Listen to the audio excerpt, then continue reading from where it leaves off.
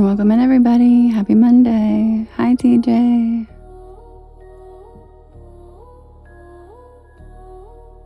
Hi, TR. Is it TR or Jorge?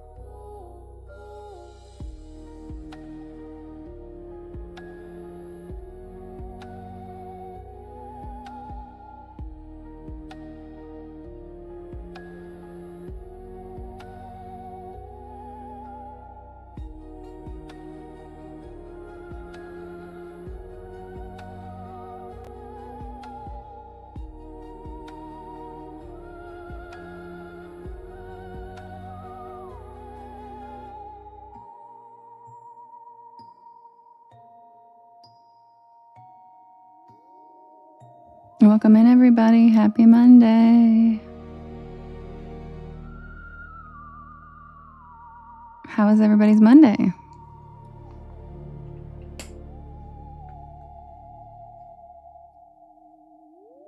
Hi, Mary. How you doing, cutie? Hi, Court. How are you? Hi, Lily. Hi, Mystic. Hi, Brandy. Hi, Shells. Hi, Echo. Hi, Rachel. Hi, Tater Tot. Hey, Lemons. Hi, Shannon.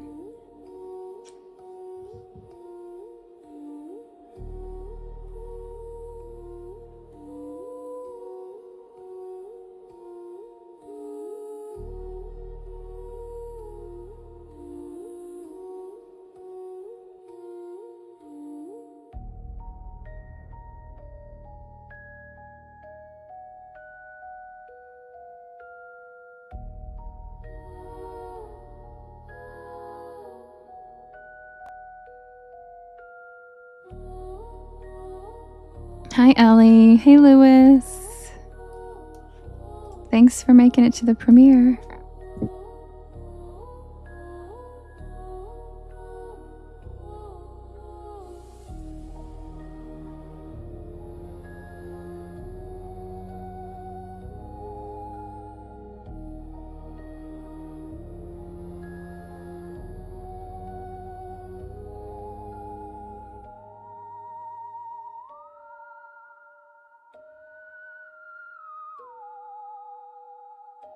Yeah. Do you like that, Tommy? I've been doing it since Thursday. And it's going okay. Couple glitches here and there, but it's doing all right. Hi, Jamie. It was warm there. Oh, I'm jealous. It was actually decently warm here today, too. Hi, Laura. Welcome back.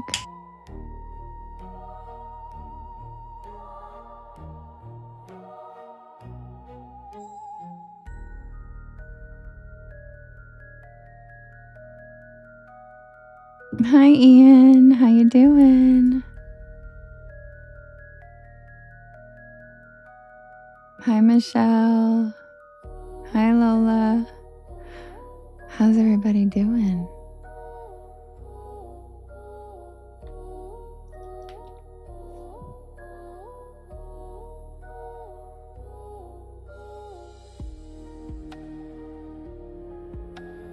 Jamie, I grew up in Greensboro. Well, the general vicinity.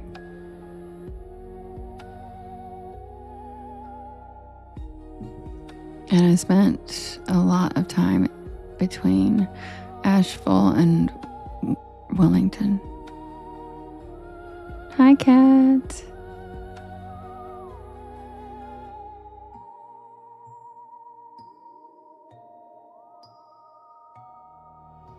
All right, you guys.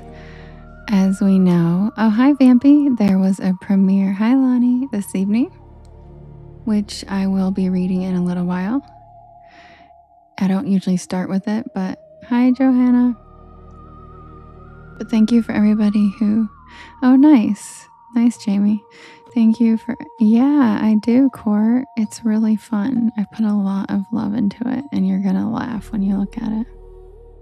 Really, Duchess? You're the sweetest. Oh, I love you. So, thank you to everybody who made it to the premiere. I also understand anybody who couldn't. It is around dinner time.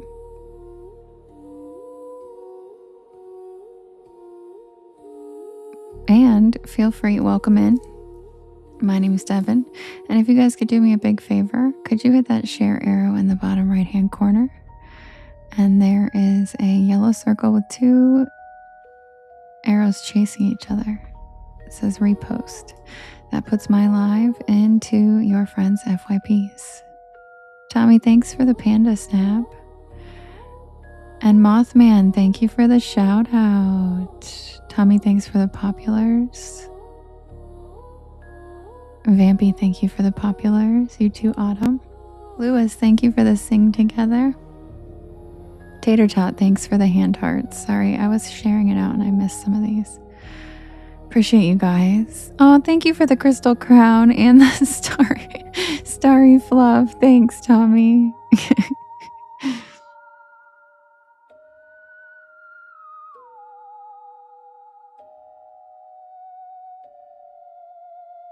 All right, you guys. I thank you for sharing it out, reposting, and all the fun things.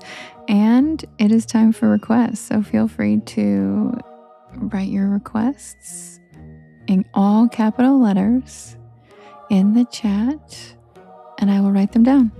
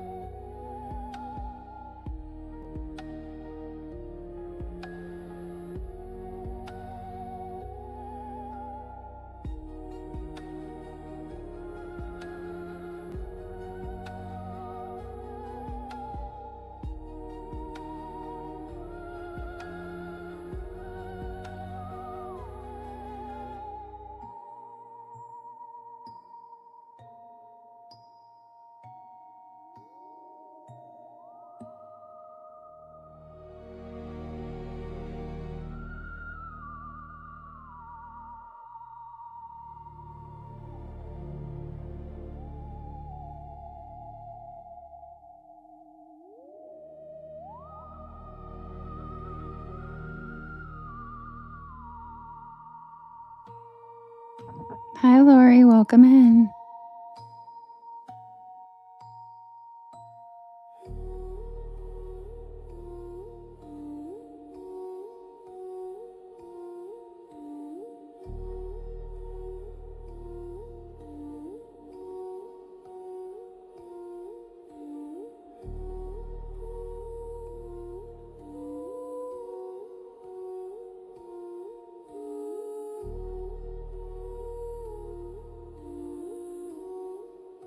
Hi, Paula. It's nice to see you back.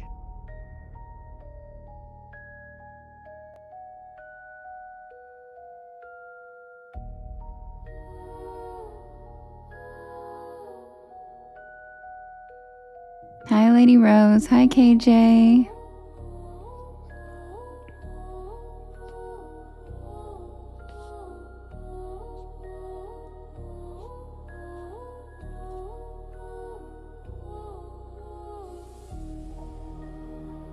Right, Lily?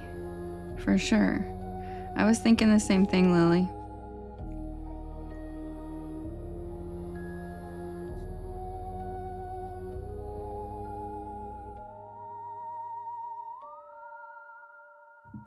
Hi, Miss Janet. How are you? Welcome in. Welcome to the porch. I don't have the Hope Diamond transferred for live reading, you guys. Sorry. I can do that, though. Hi, Gigi. But that's funny that 3 people asked for Hope Diamond tonight. That's random. But I will transcribe. I will get it ready for... I have to transfer it to my teleprompter and I have to make an image for it. Because as you guys know, if you watched it on my YT, I'm in it and there's B-roll and stuff. So for those stories, as you guys know, if you like Lovely knows, because she watches The Unexplained all the time, I just have to make an image that kind of sums up that story. So I will have to make one for the Hope Diamond first, and then I will be able to read it sometime this week. Because I've never had requests for it, and I had 3 tonight. Which is funny. It must have been pushed out or something. Hi, Mac. How are you? We're doing requests right now where everybody puts their requests in and then I do a poll. How are you doing? Hi, Mother V. The man, the myth, the legend, Max Paranormal's in here, everybody. Say hi. If you don't follow him, you should. He's very cool. Why can't I find the comment again to pin it? Any mods want to help me out in here? Anybody find Mac's paranormal comment? Pin it.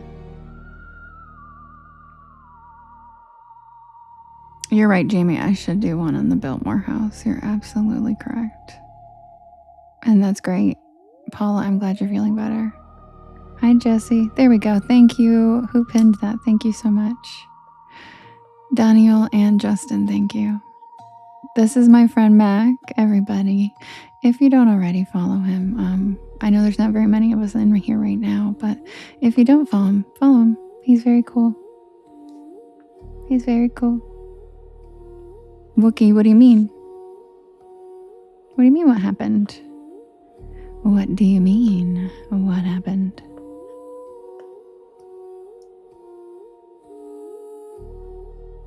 Oh, good, Diamante. I figured we have a lot of crossover followers, so I figured that most of you guys already know who he is.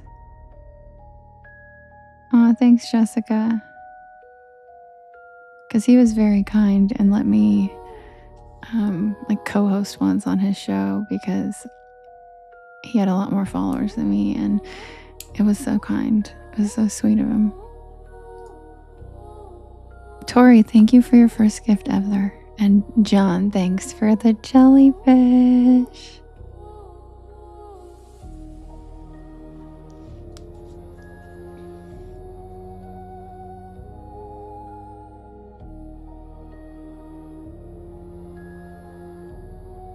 Mac, are you still in here? I wonder if he just did a drive-by. Or if he's still in here. I got your request, Lily, don't worry. I gotcha. Oh,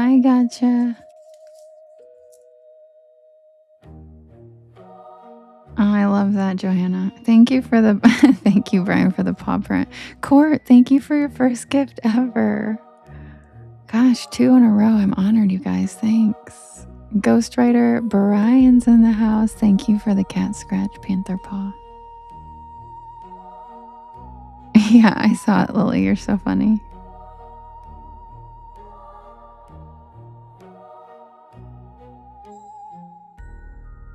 Hi, Leslie.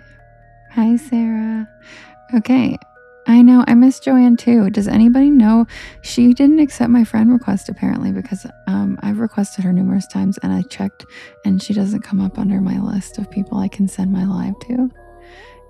Are you able to, Justin? Do you know her how to find her? Because I actually don't and I miss her too.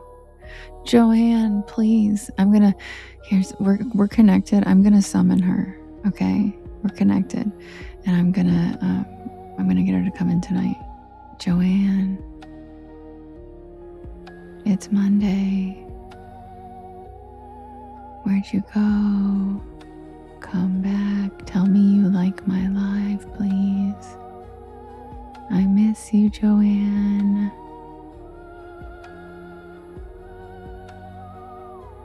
Wookie, what are you talking about? What do you mean folklore? What do you mean?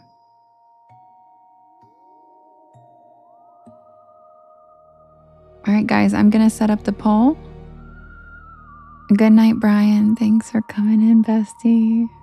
Love ya. Okay, guys, Oh, that was Max Paranormal. It was pinned up for a whole minute. I don't know how to find it again, you guys. It's so far up in the chat. Yeah, Leslie, you remember it was Bad Breath Brian. If you guys look for Max Paranormal, you'll be able to find him. It's MACKS and then Paranormal. Yeah, that was happening the other night too, Jesse. It's so weird. I have no idea why. But yeah, he made one comment and then I think he left because he goes live soon too.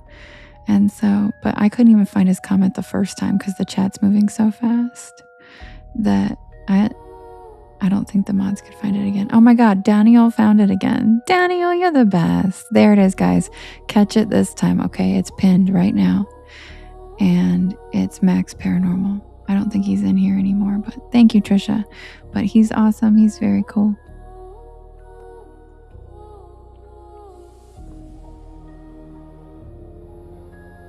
You guys got it? Everybody got it? Jesse, it's okay. Swipe out and come back in. It's not a lasting thing. Like it was like on and off with people. I would just swipe out of the app completely, like close out the app and come back. Yes, Mac is awesome, isn't he? I love him. He's the sweetest. He's so cool. But like in a cool, nerdy way, which I am too, so. Oh, good morning, Charlotte. How's Sweden this morning? Nice to see you. Yeah, he is, right, Sarah? All right, good. I'm glad you guys got it. Mandy, my day was good. Busy, but good. Yeah, exactly, Noah. Yes, Mary, and you too. Okay, Jesse, love ya. All right, guys, I'm going to set up the first poll with your requests, and I'll be right back. And if you haven't already, feel free to hit that share arrow in the bottom right-hand corner. There is a yellow circle with 2 arrows chasing each other that says repost. And that puts my live into your friends' FYPs. And it helps us grow our beautiful porch. And sharing it to your stories and sharing it to your friends in messages, all great and helpful. Also, so is tapping and all the things, commenting, keywords. I'm grateful for everybody who writes the keywords in the chat. Thank you so much. And yes, Ash, I'm glad. All right. Oh, Diamante, I missed your live. Damn, I'm sorry. I'm so busy on Mondays. Anyway, guys, yes, Brenda, I am. How are you? Hi, Nibom.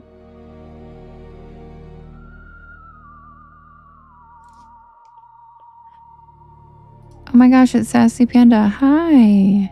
Hi, Sassy Panda. How you doing?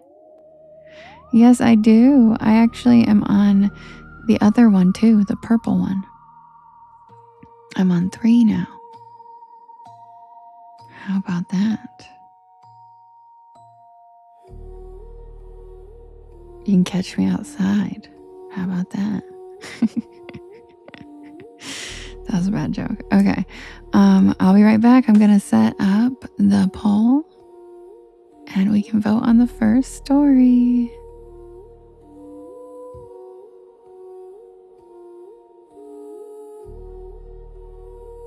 That was like the first thing that came to my mind when I said, how about that? How about that? How about that? I was like, oh my God, it's burned into my brain forever.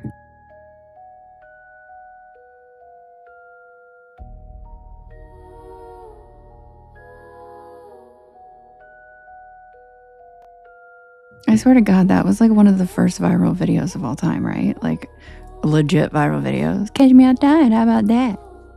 Hi, James.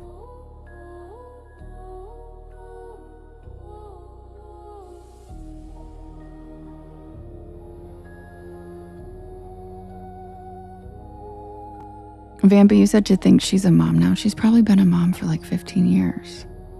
Like, how old is she now? Like 30?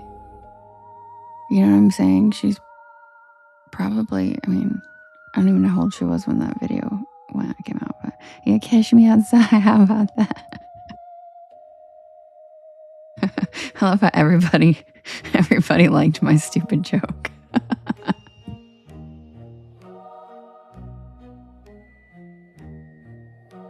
She's probably for sure like in her 30s. But her confidence is top tier. I will give her that. I love a queen with delusional confidence. Love it. I love it. That's what it takes, to be honest, is delusional confidence. But that's why I reference it in my stories a lot. Aw, thanks, Vampy. You're so sweet.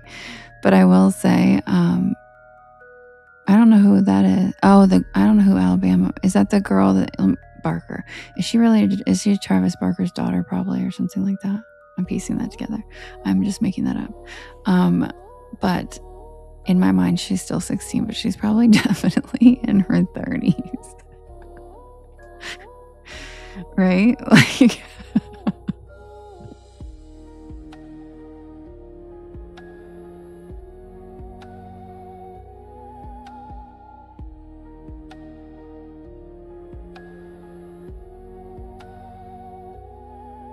Emmy. Well, you're in the right place because the Porch Pals are amazing. Amazing. Hi, Sparkle Tree. How are you? Welcome back, my new friend. Hello, Sparkle's Tree. That's Sparkle's Tree. Hi.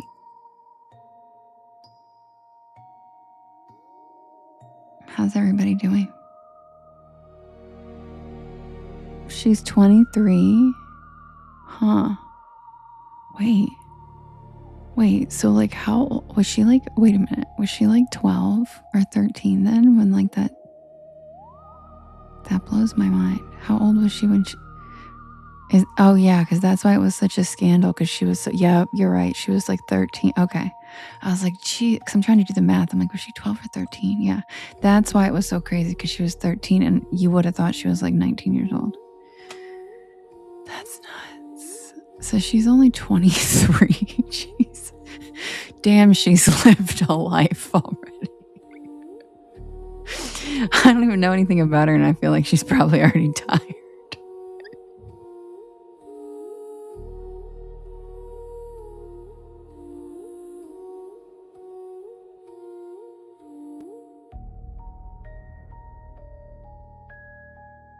Hi, Pittsburgh Penny.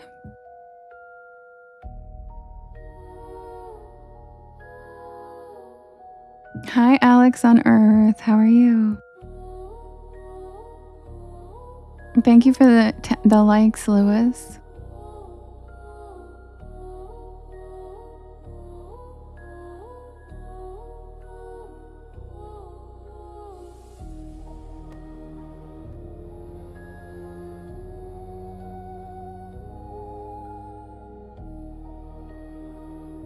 You guys, I just tried to type in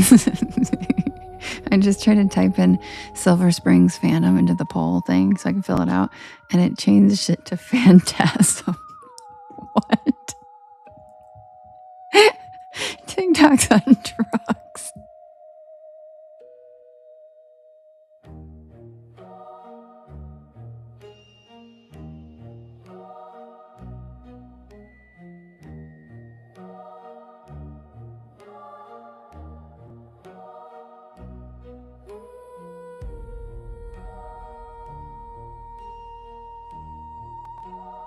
Hi, Yaya. Yeah, crazy for that. Phantasm.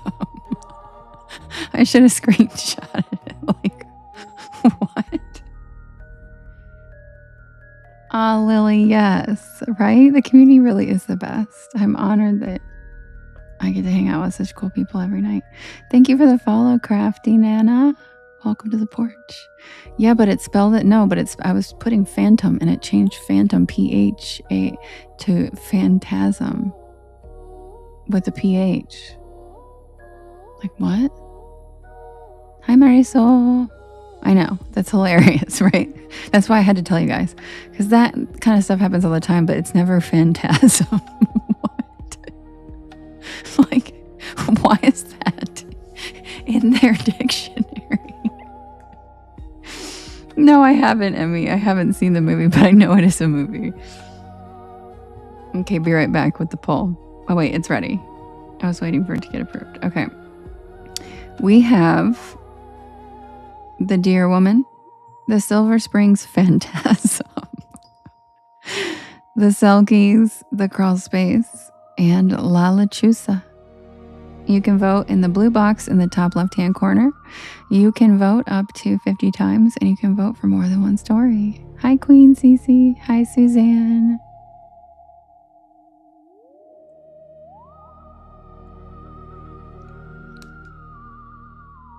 I do Glossette, and you know that they said that that's like not a movie or some shit. The Mandela effect or something. I know, this one's hard, Lonnie. This one's got good options. We've got Ashley saying, let's go La Lechuza. We've got KJ saying, let's go Crawl Space. Lonnie says, so many good options. This is hard.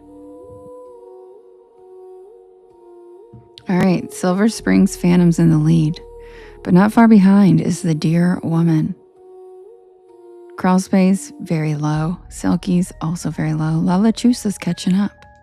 She's swooping in. TJ said, phantasm, please. Justin, did you hear that? TJ wants Silver Springs Phantasm.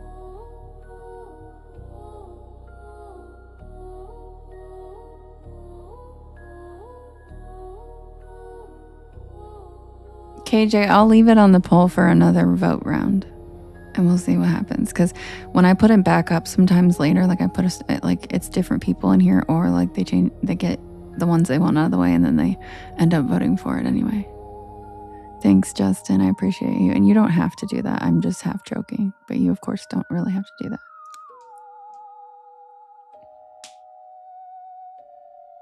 All right, it looks like Silver Springs Phantasm is the winner. Yep, no one swooped in and... All right, the Silver Springs Phantasm,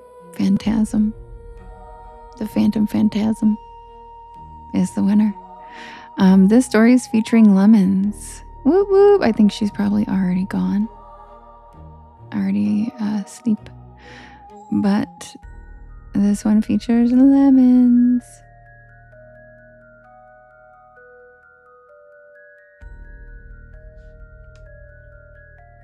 Yeah, Trisha, they said it's a movie too. All right, you guys.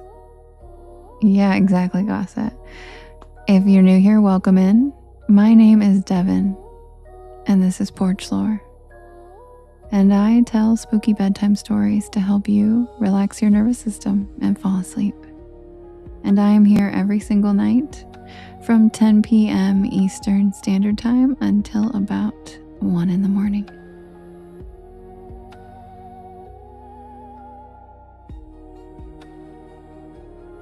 And if you haven't already, feel free to help me out and hit that share arrow in the bottom right hand corner. There's a yellow circle. Oh, of course, Court. There's a yellow circle, 2 arrows chasing each other that says repost. And that puts my live into your friends' FYPs. Yeah, the Sharo. Yeah. There's a Sharo at the bottom. Y'all go on and hit that share, okay? Okay, Jesse. Yeah, I mean it is. It's my Appalachian comes out every once in a while.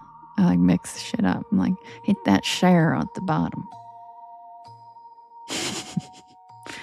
All right, guys, I'll be right back with the tale of the Silver Springs Phantasm.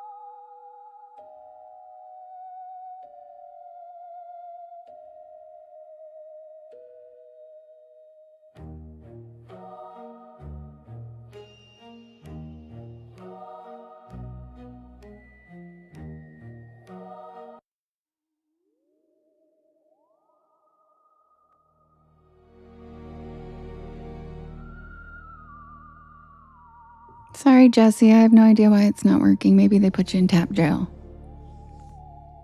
I don't know why they would do that, but I'm sorry.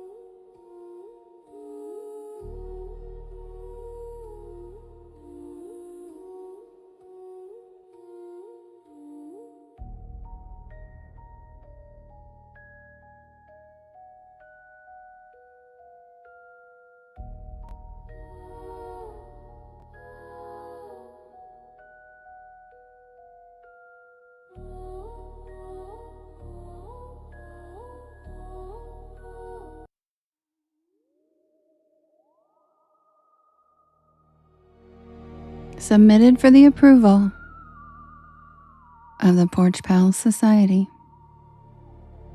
This is the tale of the Phantom of Silver Springs.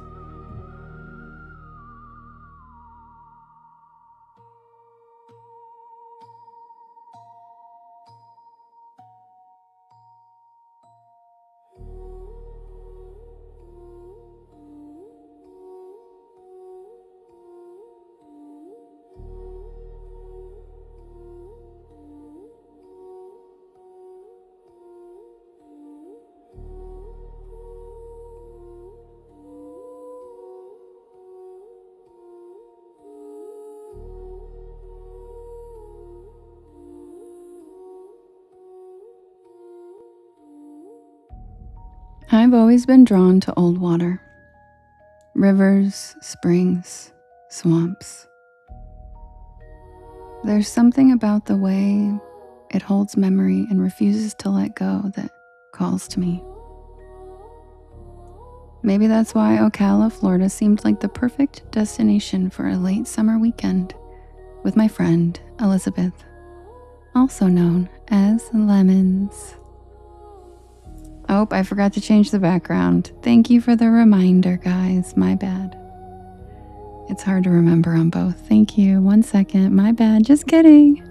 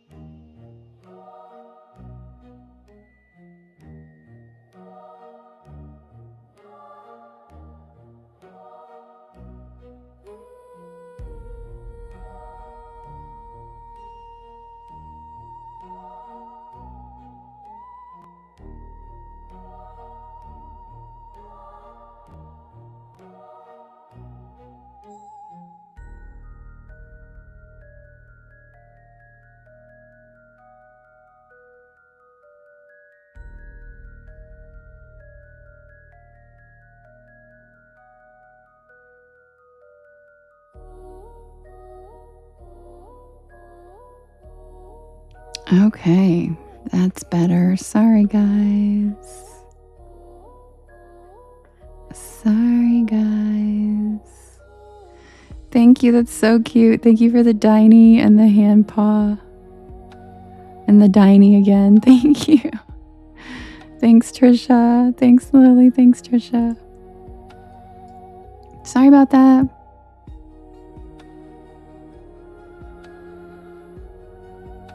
I love the little paw scratches too. They're so funny. Those Dineys are so cute. Thank you for letting me know about the background, guys. I love you guys. You guys are like, background. It's been a while since I've forgotten to switch the background, but I've done it twice now. Sorry, guys.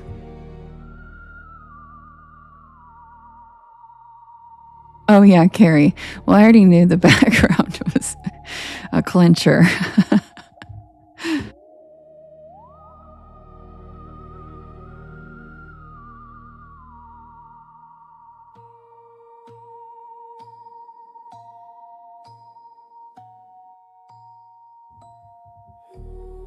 Thank you, Jen. Thank you, Mary.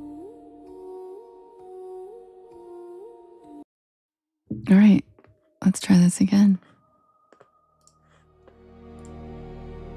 Submitted for the approval of the Porch Pal Society. This is the tale of the Phantom of Silver Springs.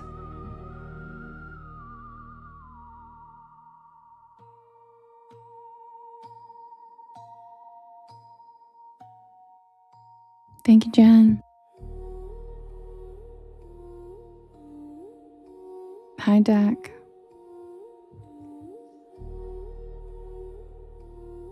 Thanks, Jesse. Love you too. Hi, C. Thanks, Vampy. Love you too. I've always been drawn to old water. Rivers, springs, swamps.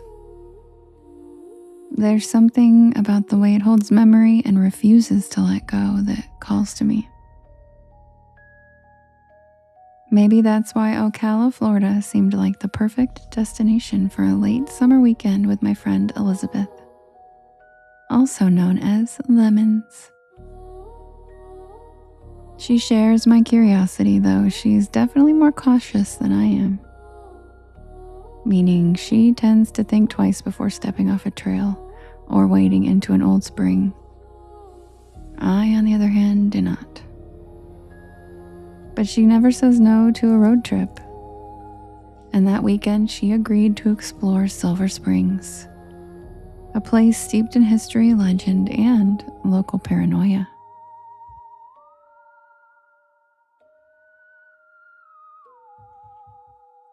Silver Springs had been famous for decades. Crystal clear waters, massive glass-bottom boats that float tourists over fish and turtles, the grand oaks leaning over the river, and moss dripping like curtains. It's easy to look at it and see nothing more than a natural wonder. But if you dig a little deeper, the stories begin. Before the area became a tourist attraction in the 1870s, it was sacred to the Seminole and the Temecula people. They believed the springs were a threshold, a place where the spirit world and the living world could touch. Some claimed that people who lingered too long would see shimmering figures beneath the water, or hear voices carried across the river even when the banks were empty. Then came the modern era. Settlers, fishermen, and tourists. The legends didn't die, they just adapted. Some spoke of a woman in white drifting through the oaks at night.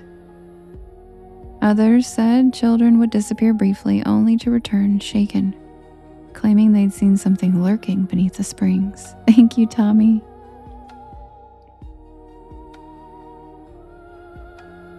Elizabeth and I didn't plan to test these legends out. We just came for photography, for history, for the kind of weekend that feels timeless. But of course, like anything, curiosity has its price. We arrived mid-afternoon, the sun low but still blazing in the sky, and the park was quiet for a Friday. A few families wandered along the boardwalks, the boats were docked, engines off, and the water glimmered like molten glass. We walked along the western bank, cameras slung over our shoulders. Elizabeth, ever observant, kept noting the reflections in the water. Ripples where none should be. Shadows that shifted with no source. I left it off, but I took a few notes, writing down small observations about the currents, wildlife, and anything that could explain what we were seeing. By mid-afternoon, we were near a stretch locals call the Whispering Oaks, a dense grove where cypress and magnolia trees leaned over the water, moss dangling and brushing the surface. The air was cooler here, heavy with humidity and the scent of earth. Birds scattered as we approached, but I noticed something odd. The water beneath the trees was unnaturally still. There were no fish, no insects, no disturbance beyond the gentle sway of the moss. Elizabeth stopped mid-step. I followed her gaze to the water, where something shimmered beneath the surface. An outline. My camera flashed once and the shape seemed to retreat, fading into the depths like it had never been there.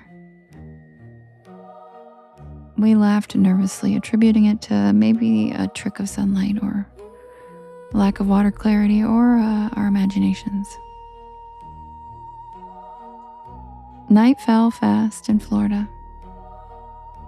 We set up our small tent near the boardwalk, close to the riverbank but hidden under the trees. Elizabeth was reluctant to leave the light of the boardwalk, but eventually she agreed, though she kept one small lantern pointed toward the water while I set up the campfire. Around midnight, the temperature dropped, an unnatural chill, and the swamp noises faded into a low hum, and the wind shifted. And then I heard it, a bell. At first I thought maybe it was Elizabeth joking, tapping something on her lantern, but she hadn't moved.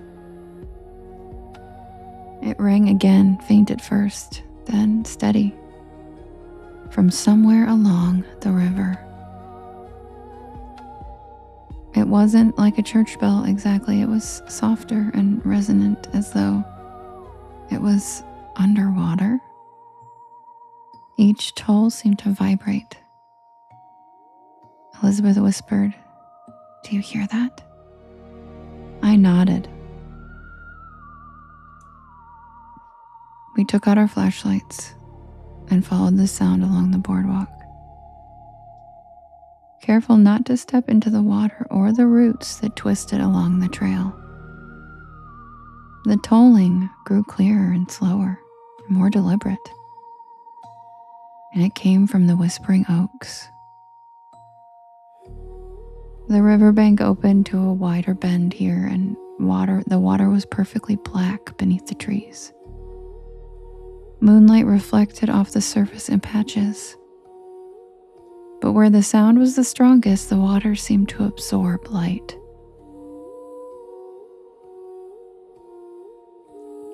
I followed the sound, the tolling now louder, echoing against the trees. And then I saw movement. Something was in the water. At first, I thought it was a log maybe drifting with the current. But then I realized the shape was upright and slender and tall, with arms that moved slowly, and its head tilted toward us. And though I couldn't make out features, I could feel its gaze. Then the bell tolled again. Then I saw dozens of figures rising from the water, pale, translucent, all gliding with the current, moving like dancers in a mournful synchronized rhythm. Faces indistinct but limbs elongated, fingers webbed, hair floating as if they were underwater. Elizabeth clutched my hand, trembling, and I whispered that we needed to get out of here. The figures stopped, and their attention was on us.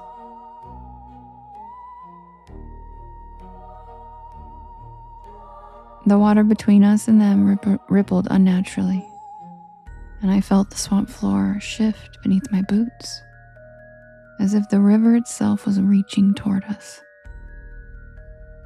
Elizabeth grabbed my hand and we ran. The trees became shadows. Behind us, the tolling bells followed. We didn't stop until the boardwalk and our tent were in sight. Breathless and soaked with sweat and mist, we collapsed by the fire. Then the bells stopped as suddenly as they had begun. We both refused to look back, and we spent the rest of the night awake. I kept the fire burning, and we sat there quietly, speaking in whispers. I tried to rationalize what we saw. Hallucinations caused by exhaustion, maybe, overexposure. But I knew I wouldn't be able to dismiss what we saw. By dawn, the fog had cleared, and the river looked normal again, silver and glittering under the sun, fish jumping and birds calling. Nothing to suggest anything had been there the night before. We packed up in silence before leaving, and we never spoke of it. Weeks later, I returned to Ocala to gather historical documents about Silver Springs. I discovered newspaper articles from the late 1800s describing a series of mysterious drownings. They all claimed to have seen figures in the water. The reports described bells ringing, though no church or vessel had ever been near the spring. I dug further, and I found seminal oral histories that spoke of water spirits called Ikomonek, the guardians of sacred springs who punished those who disrespected the boundaries between the worlds. Thank you, Michelle. Their forms were described as tall, thin, pale, with voices that rang like hollow bells when they were angered.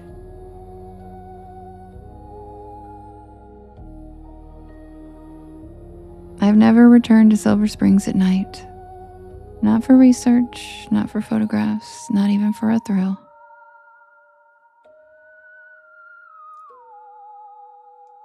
But sometimes when I close my eyes late at night, I still think I hear the faint tolls of those bells echoing.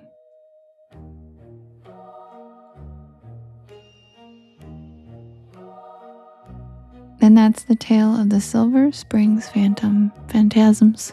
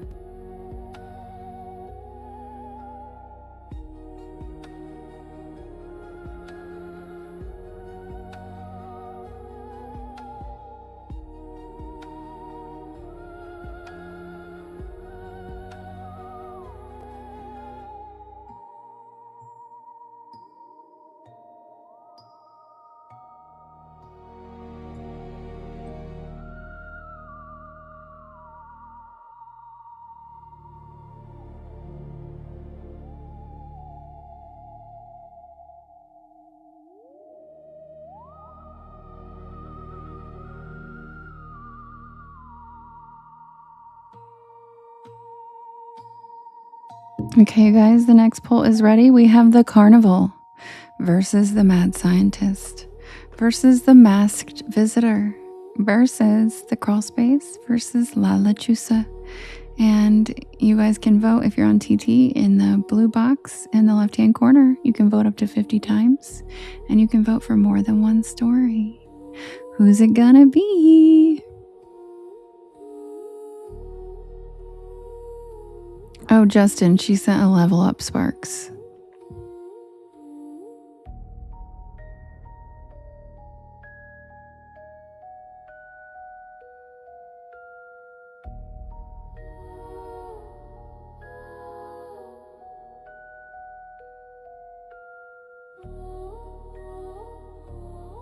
Hi, CJ. Don't call me that. Do not call me that. But hi. Hello.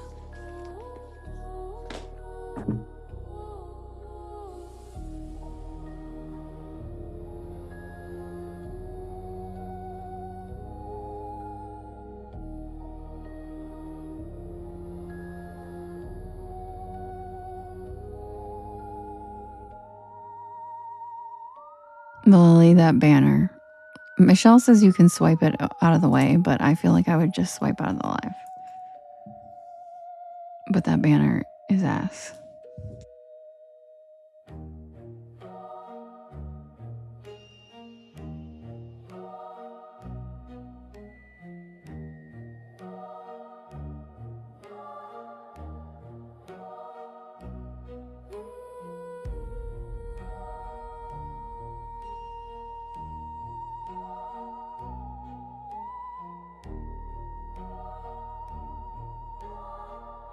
Oh, thank you, ER. That's so kind of you. You're so sweet.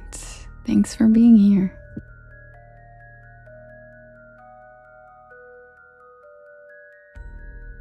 Also, I hope you guys are excited tonight. I will be introducing a new cryptid the new story that premiered tonight is a new cryptid, and it's a weird one. They're a bunch of weirdos. Really, Pippa? That's bizarre. Let me check and see if they're being counted. Sometimes it takes a minute and it's delayed. Which one are you voting for?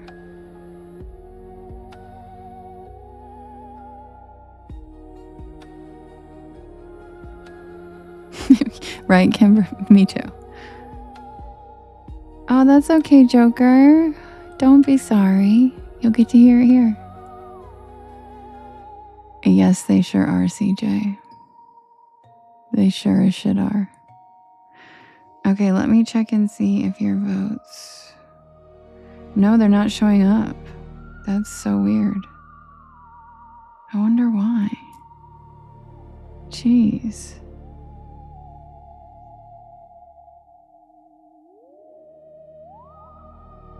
Uh-oh, it disappeared. Did you guys see who won? Thank you. It just disappeared. Okay, Carnival won. Thank you for letting me know, guys, because it just like closed out on me when I looked to see who voted for her. It disappeared. Thanks, guys. Appreciate it. All right, so the tale of the last summer carnival is the winner. That's so weird, Pippa. That's so bizarre. I'll put it in a different spot next time and see if that makes a difference. Because it didn't even count them. So bizarre. Alright guys, I'll be right back with the background and the script for the last summer carnival. Sit back and relax, grab a beanbag chair, grab a hammock. And if you're new here, my name is Devin and this is Porch Lore. And I tell spooky bedtime stories to help you relax your nervous system and fall asleep. And I am here every single night at 10 p.m. Eastern Standard Time until about 1 in the morning. Hi, Cragger. Welcome in. And if you guys would do me a big favor while I'm getting the next story ready, if you could hit that share arrow in the bottom right-hand corner. There's a yellow circle with 2 arrows chasing each other that says a repost. And that puts my live into your friends' FYPs. And it helps us grow our beautiful porch. And if you're on the other ones, I don't know how to share it out to people. So just sit back and relax.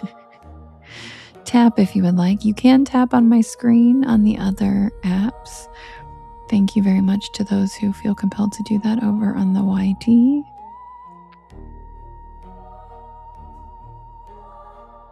Everybody welcome in Krager. New guest, new porch pal.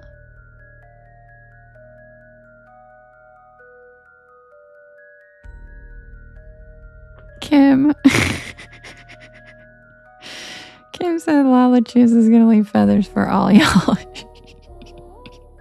She's pissed. Oh, that's so good, Kim. Oh my god.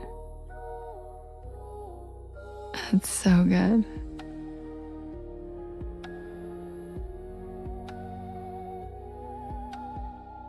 All right.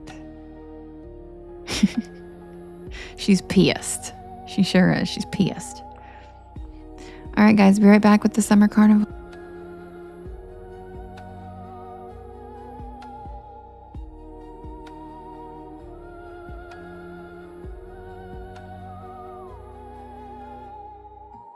Hello, Trace. Welcome in.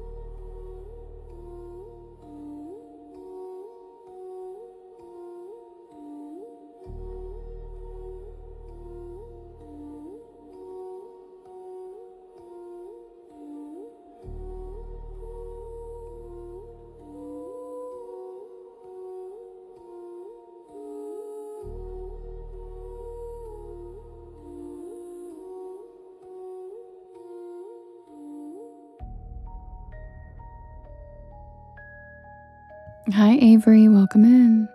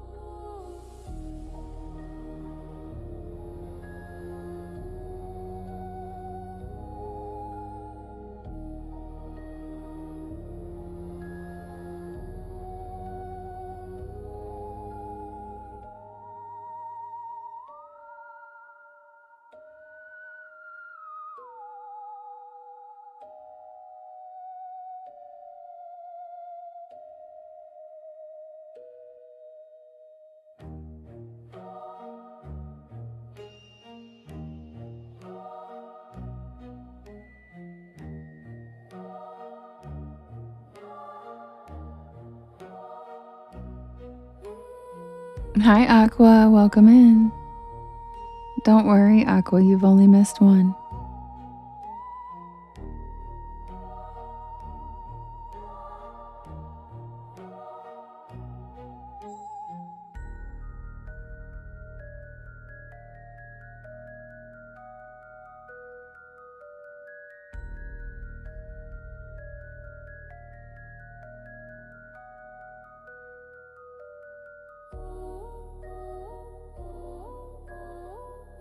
Krager, you looked up La Lechusa? Yeah, see, I'm glad you did because I try to pull obscure ones that there's so much folklore out there, and I try to pull ones that like not because as someone who has been obsessed with this stuff my whole life, I'll tell you what, I'm so sick of hearing about certain things.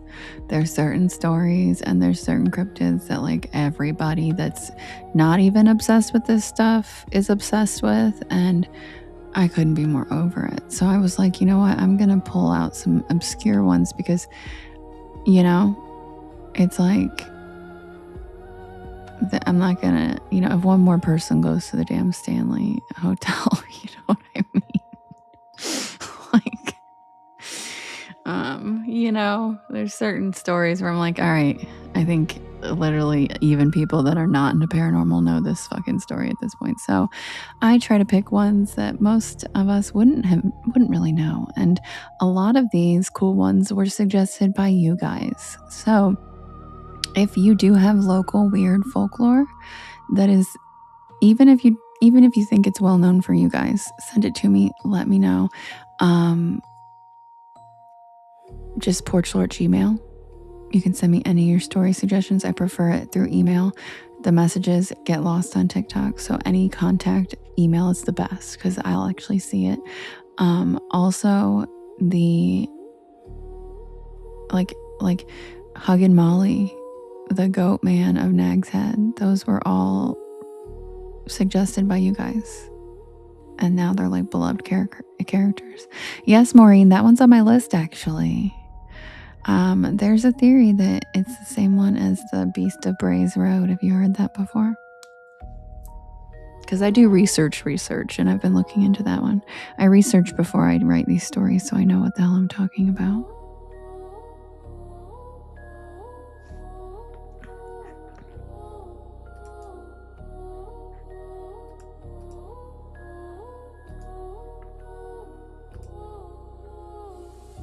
All right, guys. The Pendle Witches, that's a good one. Yeah, Lulu, I already have one about the Jersey Devil. It's called The Beast of the Pine Barrens.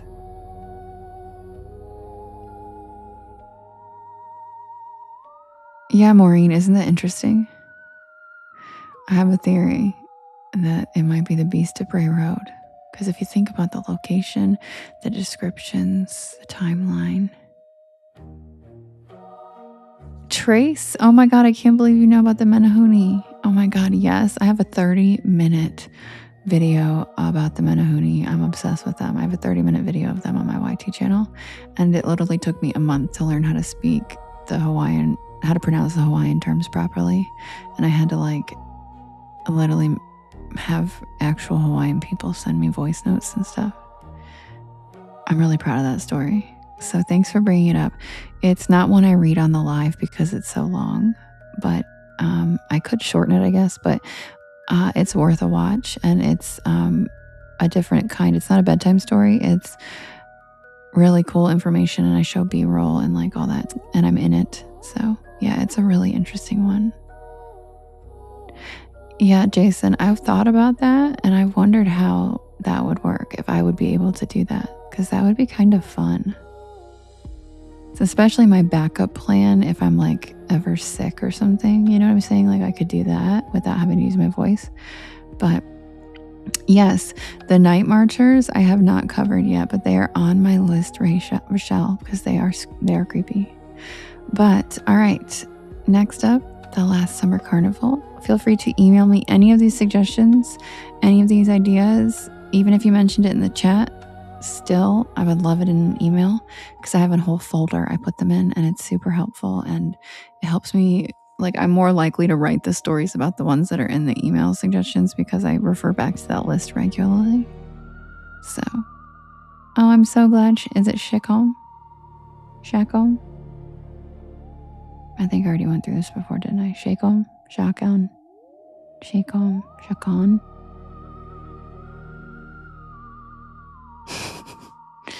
Noah, thanks for the follow. Tasha, thank you for the follow. Welcome to the porch. Quick swig. Be right back.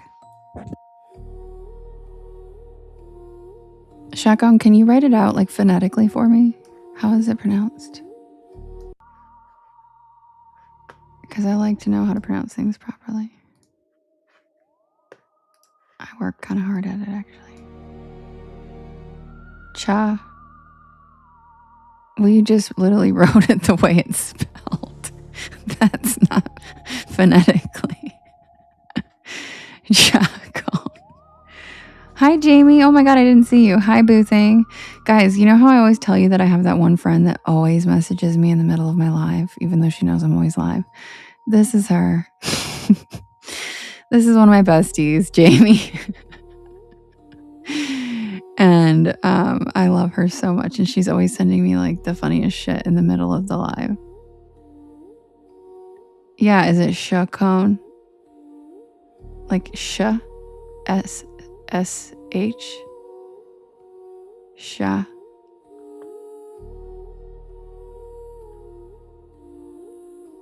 Carrie, I don't think it's that.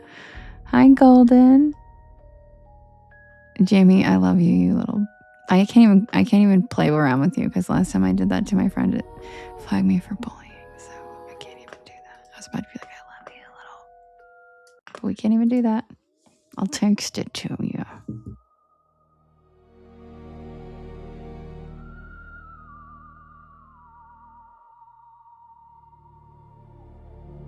Jamie, since you're in here, wait for me to read the new story because you're going to be like, what the hell?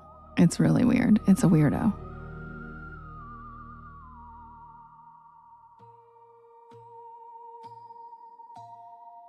By the way, Jamie, I'm cross streaming now.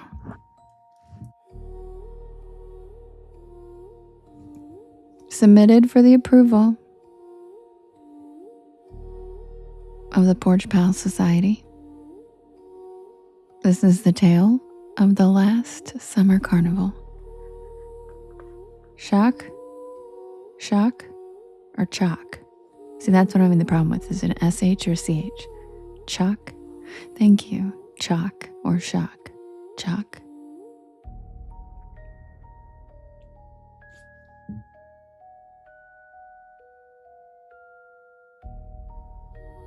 Curtis, thanks for the follow. Welcome to the porch.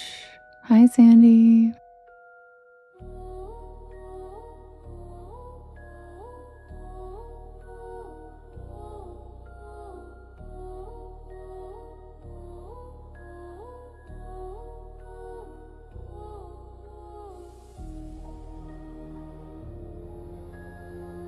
Wait, Beefy, is that your son? Is that your son?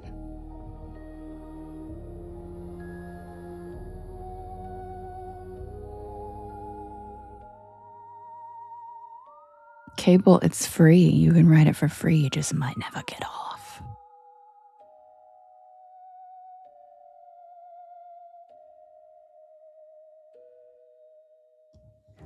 Lulu and I took the long way on purpose.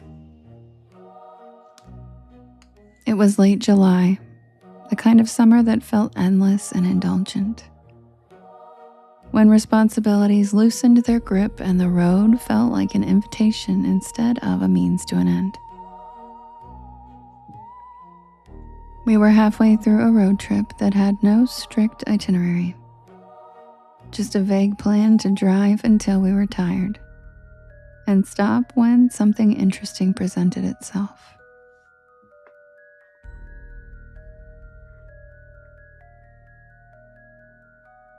Windows down, heat humming off the asphalt. The car filled with the sun-baked smell of sunscreen, fabric, and seats. With cheap iced coffee.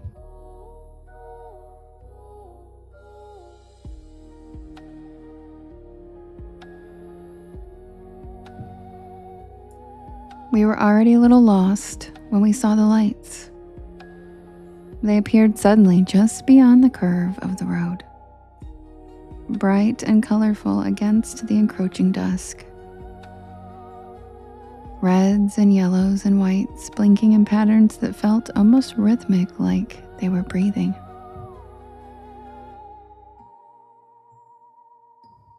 A Ferris wheel silhouette rose above the tree line, its spokes evenly rotating, slow and steady. There was no sign announcing it, no banners or billboards advertising dates or prices.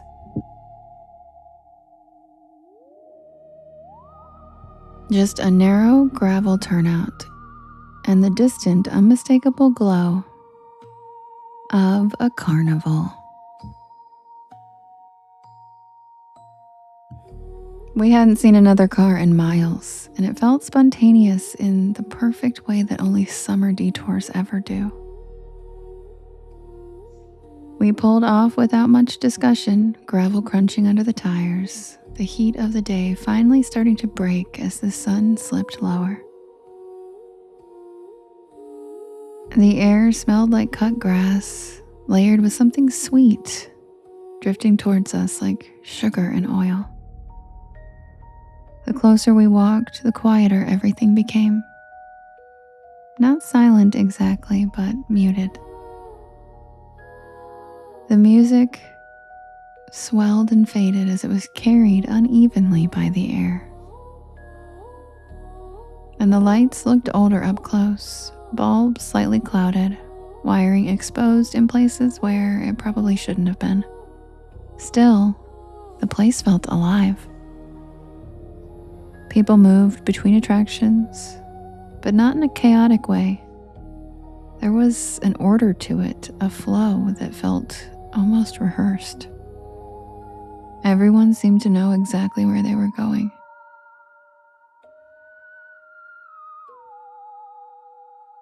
Lulu commented on how quiet it was, and I shrugged it off, thinking, well, maybe it's just a small local thing and it's winding down for the night.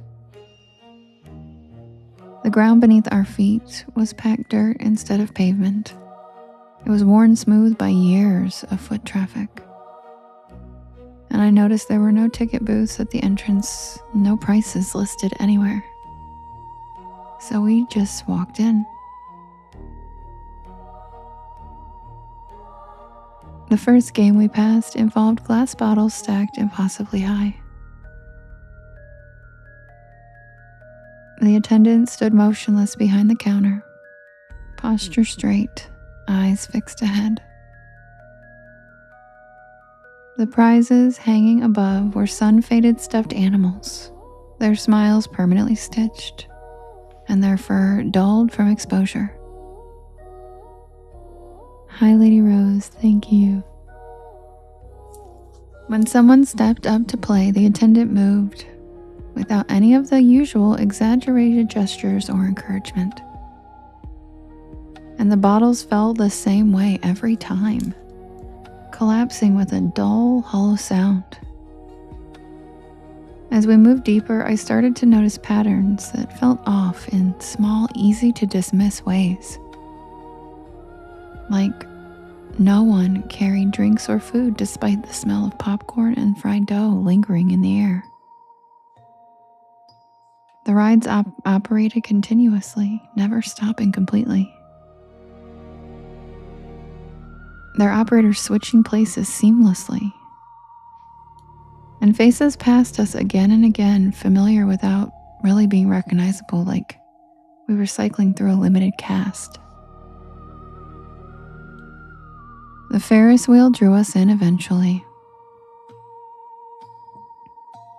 From below, the lights were almost hypnotic, rotating in slow, deliberate cycles.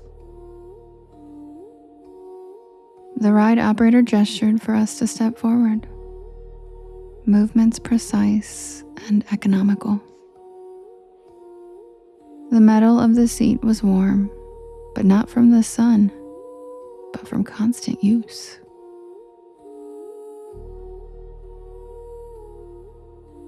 As we rose higher, the carnival spread out beneath us in a neat glowing grid.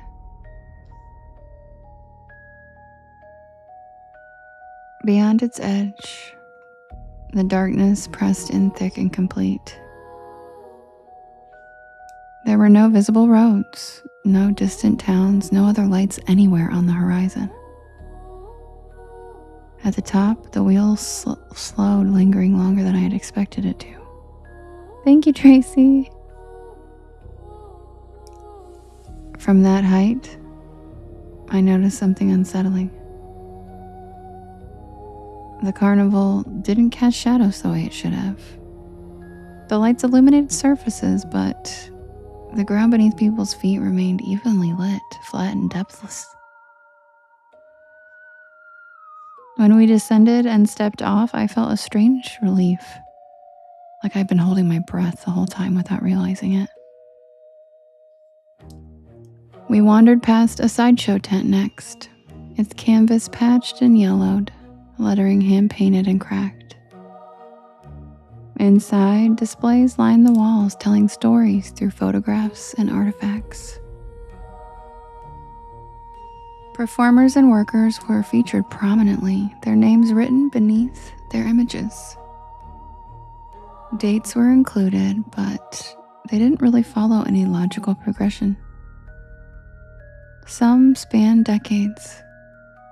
Others ended abruptly, without any explanation. And I noticed that no one seemed to age between the photographs. The faces remained consistent, expressions unchanged. Lulu lingered, staring at one particular display.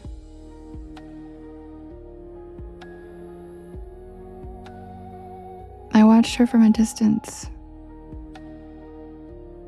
And when she finally turned away, her expression had shifted from casual curiosity to something much more cautious. It was like we had an unspoken agreement that we should just keep moving. The longer we stayed, the more tired we felt. Like the place was leaching out all of our energy. We both felt drained. Time felt stretched thin, elastic, and I couldn't tell how long we'd even been there. Only that the sky beyond the lights never fully darkened or brightened. It just stayed the same. Like the carnival existed in its own suspended twilight. We passed a row of trailers near the back, their paint peeling, the steps worn smooth. Laundry hung from lines strung between them, clothing faded and practical.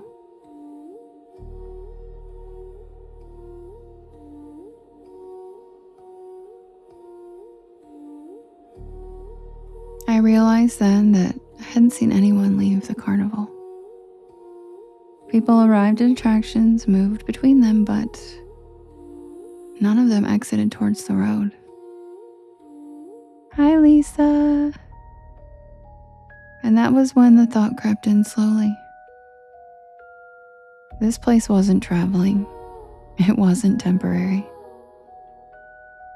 Near what looked like an employee area, a bulletin board caught my attention. Flyers were pinned in neat rows, edges curling with age. They advertised openings, positions available. Join the family. Become part of the show. The language was welcoming but vague. But what struck me most was the ages of the paper. Some notices were decades old, layered beneath newer ones that looked identical. In that moment, we both looked at each other and understood that this place was not safe and we probably needed to leave. So we turned back toward the entrance, moving faster now, but not trying to draw attention. And that was when I noticed the staff was watching us. Not overtly, but just tracking our movements by subtle repositioning to keep an eye on us.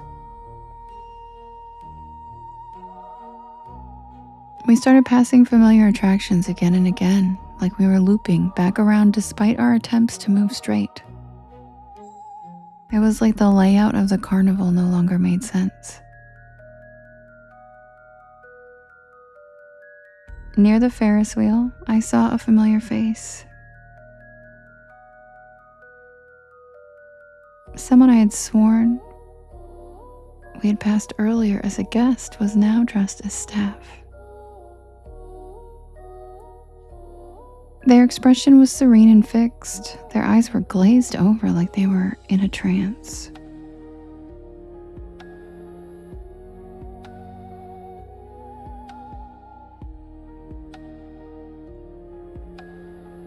And that was when it started to sink in.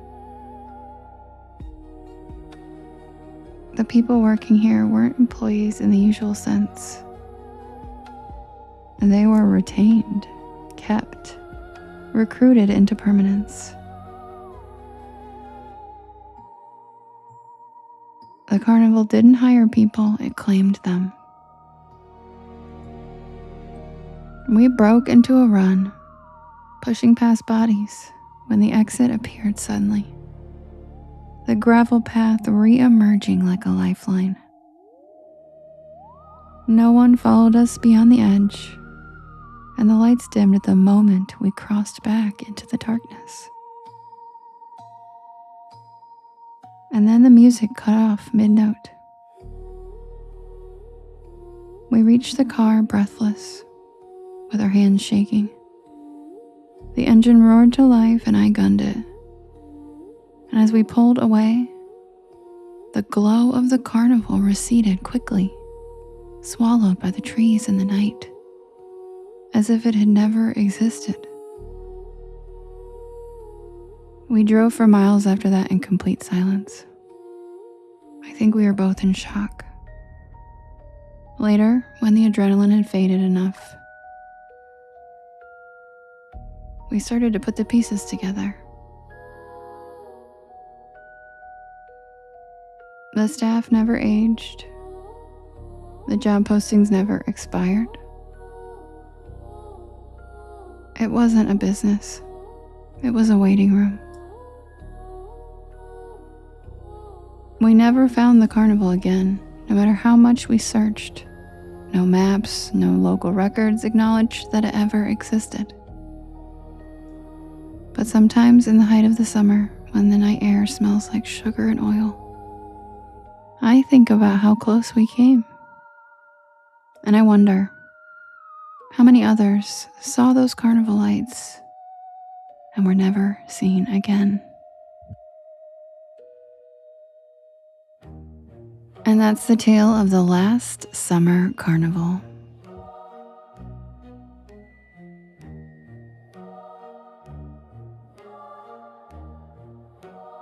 Thank you, Sandy.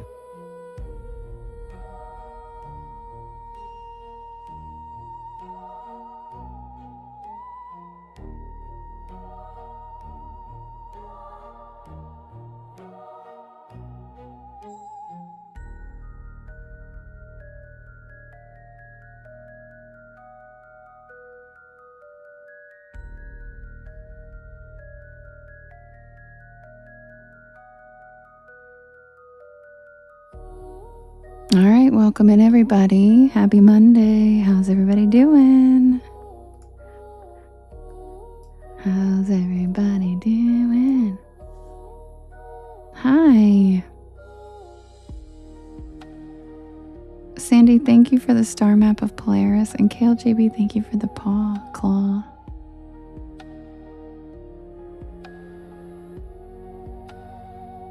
Good. I'm glad you guys are doing great. It's Tuesday where you are? Nice.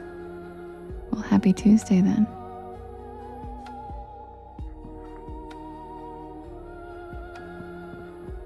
Oh, I love Chalky. Yeah, please do. Once I saw that it was Fairlife you were drinking, I was like, yup.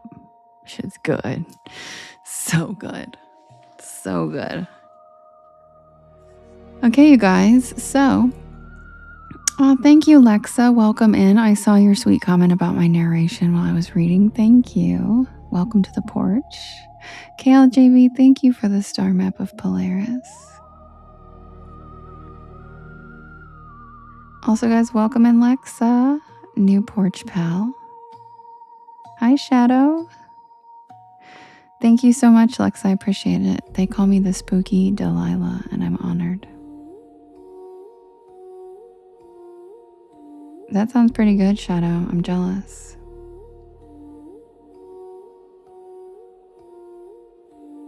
All right, you guys. So, do we want to do another poll and vote on the next story? Or do you guys want to hear the new story? Wait, Jamie, I'm about to read the new story. I want you to be creeped out. Oh, Lexa, you must be too young to know who Delilah is. She was a radio lady. New one? Okay. So I'll read the new one. So sit back and relax while I get it set up. Yeah, I know she's still on, but like younger people don't listen to her. She's on TikTok, dude. Thank you, Brandy. I appreciate that. Yeah, she's on TikTok. I follow her. Jamie, don't leave yet. I'm about to read the new story and I want you to be here because these things they're weird. They're weird. Maybe Alexa, you're right, because you should know who Delilah is. Like Delilah from the radio, like Delilah, love someone tonight. Like there's no way you don't know who Delilah is. She was like always like, hello, how are we feeling this evening? You have romance in your life. I love romance. Me too. I grew up listening to her. Who didn't? That's what I'm saying. Like, who didn't grow up listening to her? Oh, thanks, Lexa. People say that all the time. Yeah, me neither, Tao. Nope. No, ma'am. Oh. All right, you guys. I'll be right back with the new story.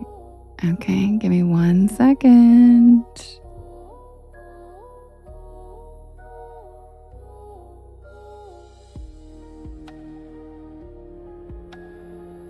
Also, while I'm getting it ready, if you guys could do me a quick favor, if you could hit that share arrow in the bottom right-hand corner, there's a yellow circle with 2 arrows chasing each other called repost. And that puts my live into your friends' FYPs and it helps us grow this beautiful porch. Also, sharing your stories and sharing with your friends and tapping helps immensely. Thank you so much. I'll be right back with the new story.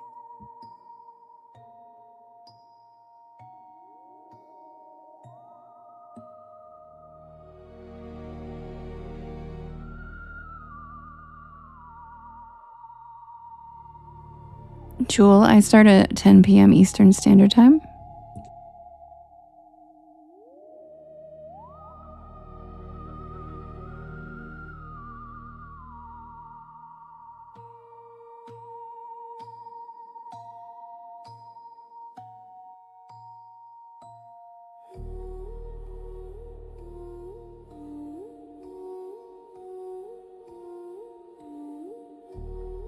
If you guys notice, the banner at the top that's moving across the screen also shares my hours in case you guys forget.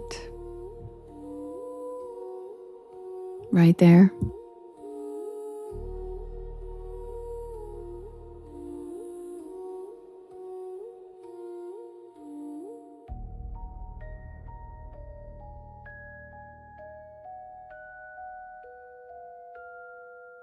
Way to go, Sherry.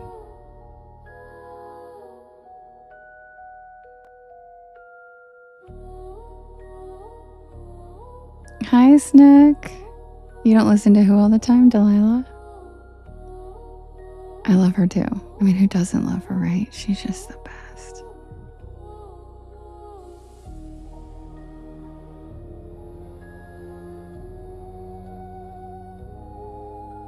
Exactly, Matt. My hour's up there yonder on that there screen. I even changed the color so it stand out better, and it didn't make a damn difference, did it?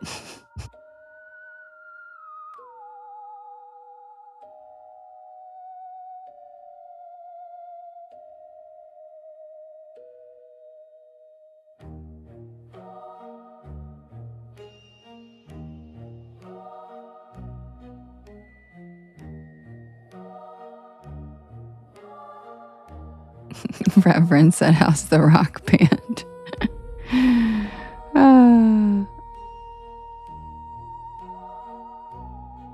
Lola, hi. I'm about to start the new story right now. Okay, thanks, Lola. All right, guys, quick swig and I'll be right back with the new story.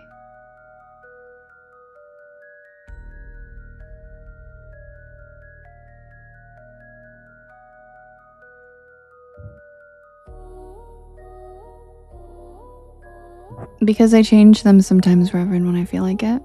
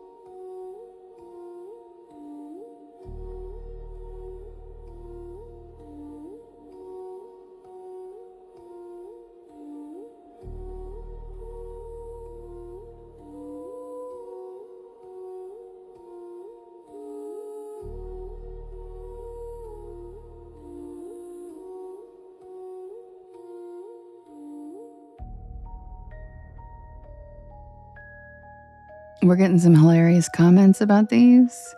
Somebody said, Kim says they're walking molars. And then we have Catherine that says they look like wishbones. Yes, Michelle, what in the world is correct? This is...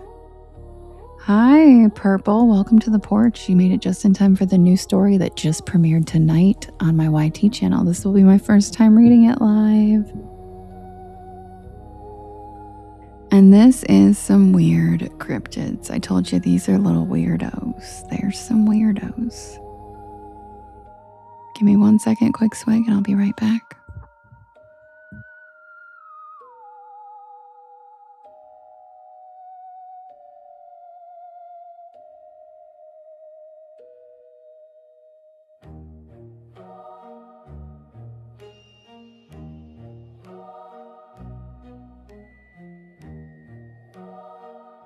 Tina, thank you for the cute sloth.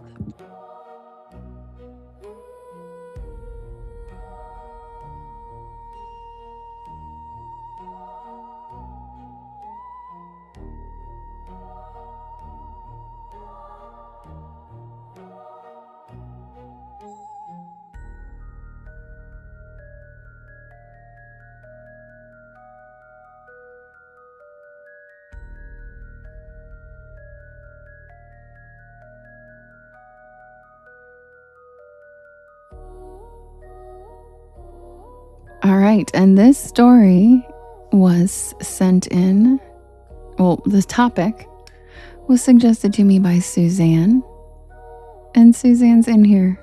Suzanne has had a rough couple months, so I thought maybe this would cheer her up. So please give Suzanne some extra love tonight in the chat. And this is for you, Suzanne, one of our favorite porch pals. And Suzanne is from Fresno.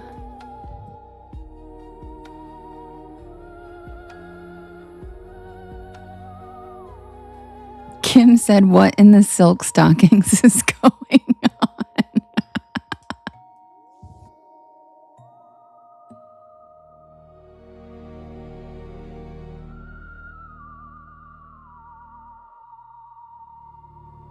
Hi, Lisa. Hi, Angela.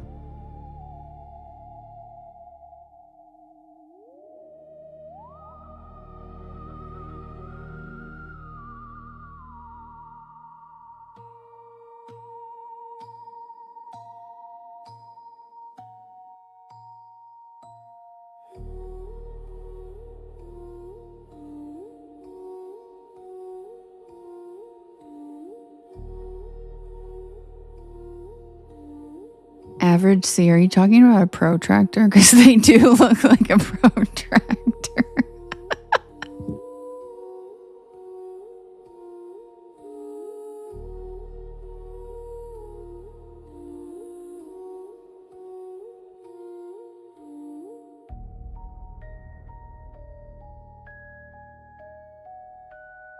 Wait, isn't it a protractor or is it a compass?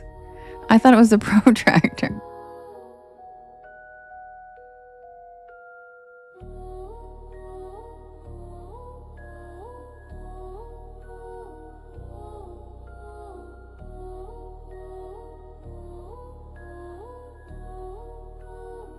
Oh yeah, you're right. It's the compass. The protractor is the plastic part.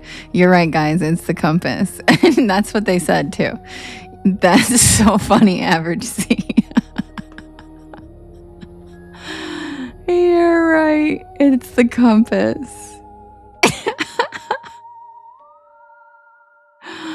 It looks like a compass.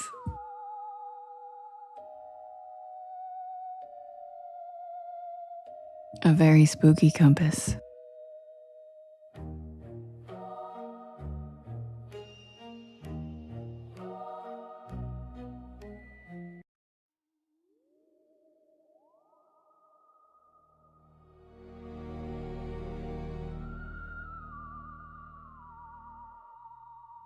Yeah, or clothespins, you're right. Like the old-fashioned ones.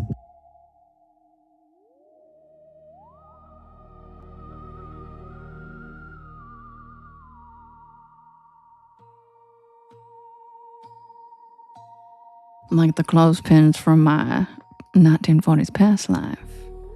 They look like those.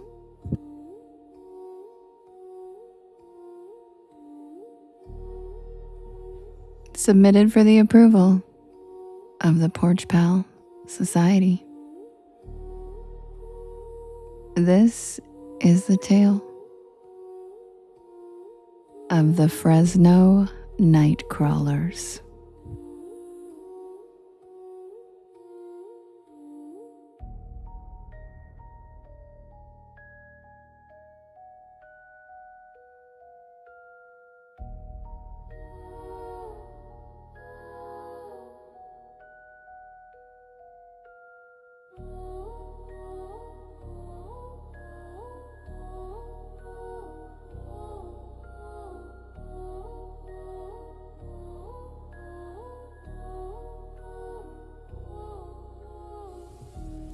There are some cryptids that look like they were designed by ancient fear. Creatures with claws, teeth, big eyes. Things that make instinctive sense to be afraid of. And then there are the Fresno night crawlers. 2 white legs. That's the only way anyone ever really describes them. Just legs. No visible arms. No clear torso. No obvious anatomy that should logically allow them to exist. They look less like living creatures and more like someone draped white sheets over stilts and taught them how to walk. Which somehow makes them even worse. Because monsters are easier to process when they resemble something alive. The Fresno night crawlers do not. They move wrong. They stand wrong. They occupy space wrong. And maybe that is why their footage has unsettled people for decades.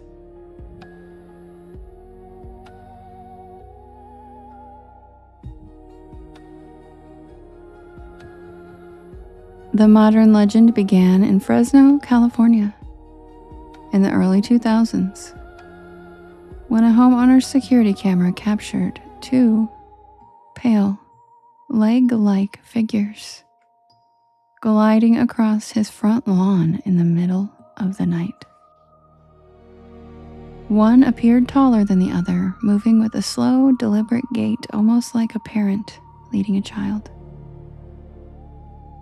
The footage spread online, and it was initially dismissed as a hoax, but nobody could ever conclusively explain how it had been faked, especially not with the technology available to the average homeowner at the time.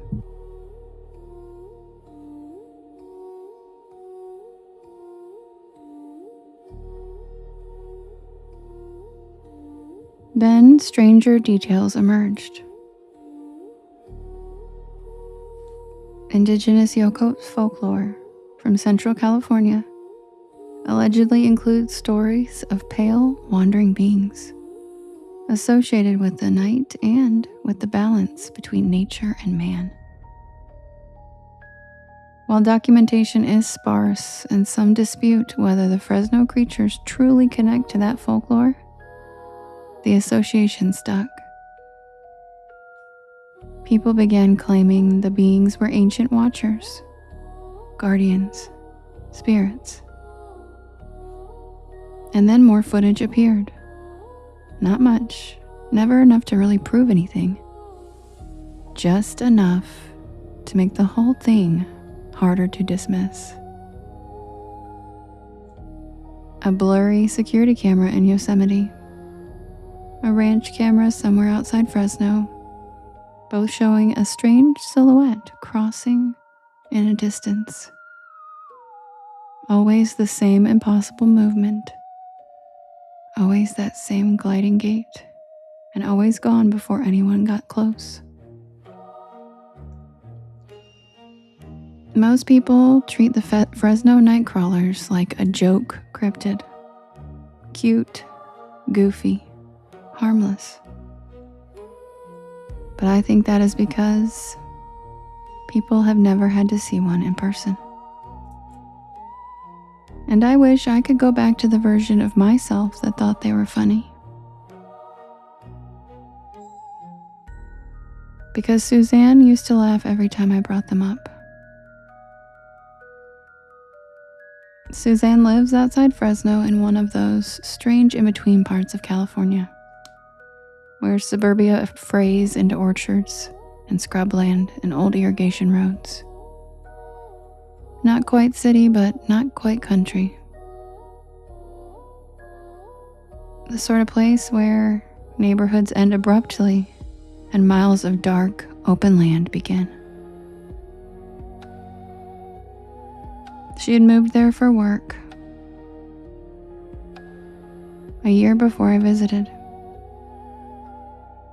and Suzanne's house sat at the edge of a newer development. The last row before the land gave way to empty fields and a dry creek bed. The first night there, she jokingly pointed through her kitchen window toward the darkness behind her backyard fence and told me that was prime nightcrawler territory. We laughed, because that is what you do when you're discussing giant walking pants in the dark. But then there was something about the way she said it. She hesitated and then admitted that several people in the neighborhood had posted odd security clips on the local FB group. Nothing definitive, just strange movements in the distance, weird pale shapes near fences. Things caught for one frame and then gone. Again, she just treated it like neighborhood folklore, but she admitted that people had stopped letting their dogs out alone at night.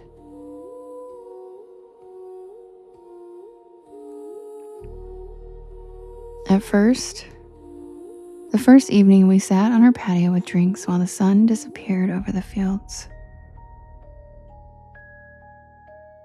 The land beyond her fence looked deceptively flat in the daylight. At night it became an ocean, black and endless. No streetlights, no structures. Just the occasional silhouette of a distant tree and the soft, metallic creaking of irrigation equipment somewhere far off in the dark. Suzanne told me the neighborhood had a reoccurring problem with pets disappearing. Coyotes, supposedly. But nobody would ever find the remains. Still, nothing happened that night or the next.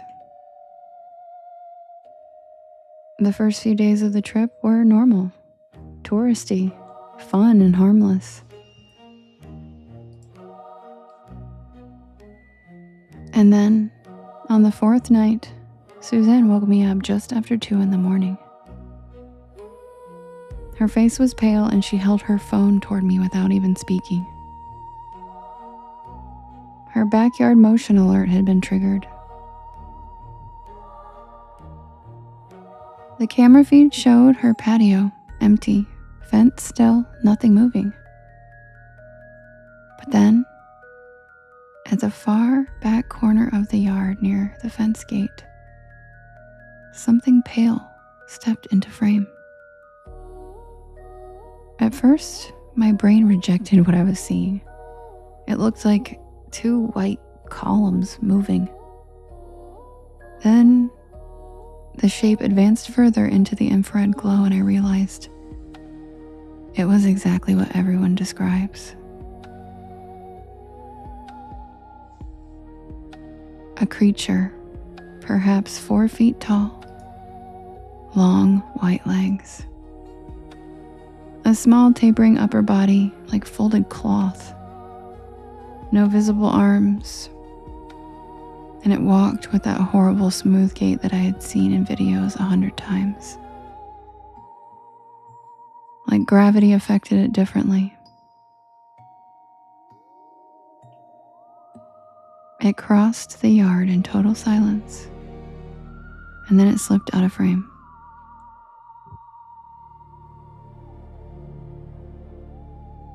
Neither of us moved, neither of us spoke, and then the camera alert ended. We replayed it 3 times. Each viewing made it worse. No matter how long we stared, we couldn't figure out how it could physically move the way it did. I asked if we should call the police. Even saying it sounded absurd. What would we tell them? Hello, 911? Yeah. There's a pair of haunted pajama pants walking through my backyard. Instead, we just stayed awake until dawn with every light in the house on. The next morning, we checked the yard, and there was nothing. No footprints, no disturbed dirt, no damage.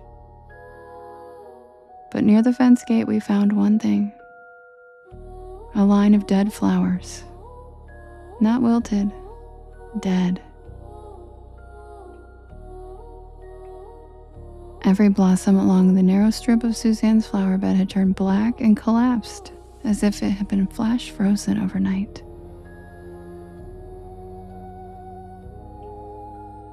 She swore they had been healthy the day before.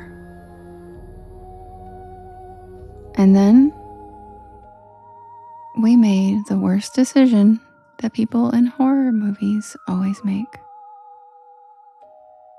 We went looking for it.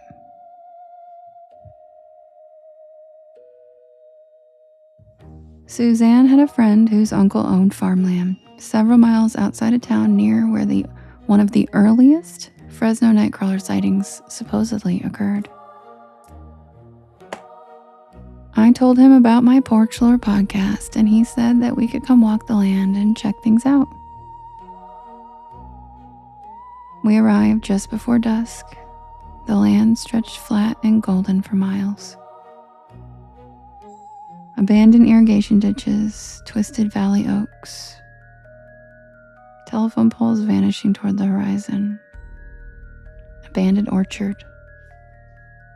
The kind of place where distance plays tricks on your eyes. We brought inadequate flashlights, cameras, snacks, and the brittle confidence of people who still partially believed that none of this was real. By midnight, we had seen nothing. We sat near an old pump shed laughing at ourselves. We are grown women, and this is ridiculous. But then, every cricket stopped. Instantly. No gradual fade. No natural hush. 1 second noise, and the next, silence. So complete, it felt vacuum sealed. Movement caught my eye near the far fence line. At first, I thought someone had placed a white trash bag in the field. But then it moved. One shape, and then another, and then a third. 3 pale figures emerged from the grass. Different sizes. Walking slowly toward us, each gliding with that same impossible gait. The tallest one had to be nearly 6 feet. The smallest, perhaps 3. They looked like a family. That thought hit me first. They weren't random creatures, they looked like a group. The figures approached without hurry. No sound. No signs of awareness except the fact that every step carried them directly toward us. Thank you, Mary. We backed toward the pump shed. The tallest one stopped maybe 30 feet away. The others spread out, forming a half circle. My chest tightened, so hard that I thought I might black out. And then the tall one bent, not crouched, bent, and its entire upper body unfolded like cloth parting in the wind. And underneath, there was a face, pale and stretched, featureless except for a mouth too wide and eyes that were sewn shut beneath translucent skin. Suzanne screamed, and that broke whatever paralysis held me, and we ran. I don't remember half of that sprint. The truck was nearly a quarter mile away, and we heard nothing behind us. No footsteps, no pursuit. I just assumed they were gliding silently behind us. I didn't dare look back. But instead, they simply let us run. Thank you, Lacey. Thank you, Timothy. Thank you, Misbehavin'. We got to the truck, out of breath, our hearts racing.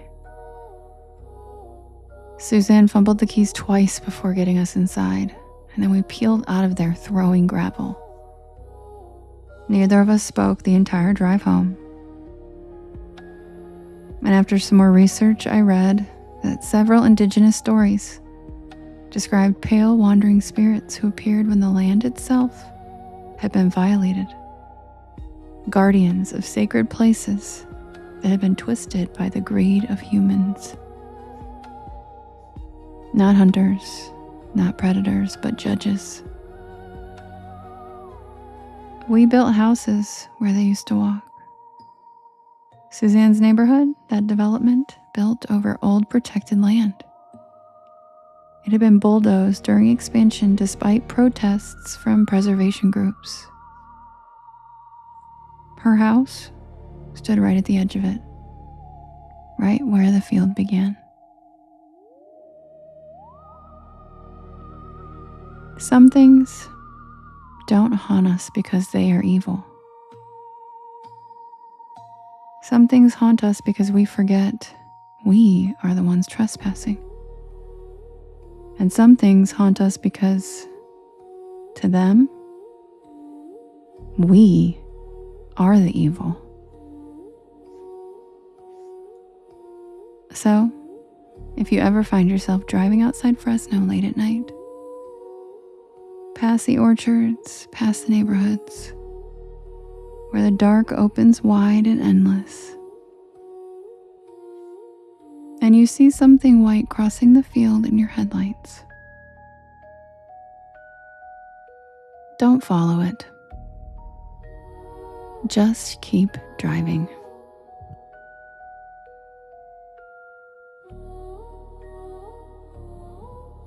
And that's the tale of the Fresno Nightcrawlers.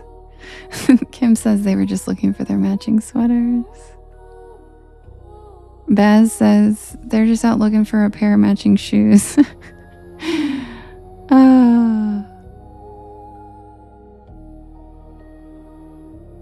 Yeah, Nippon, they're called the Fresno Nightcrawlers, and we don't know what they are. Probably elementals. That's my guess, is I think they're elementals. Probably air. I would say they're air elementals, judging by the description of how they glide. Yeah, pretty much, Michelle, we sure do.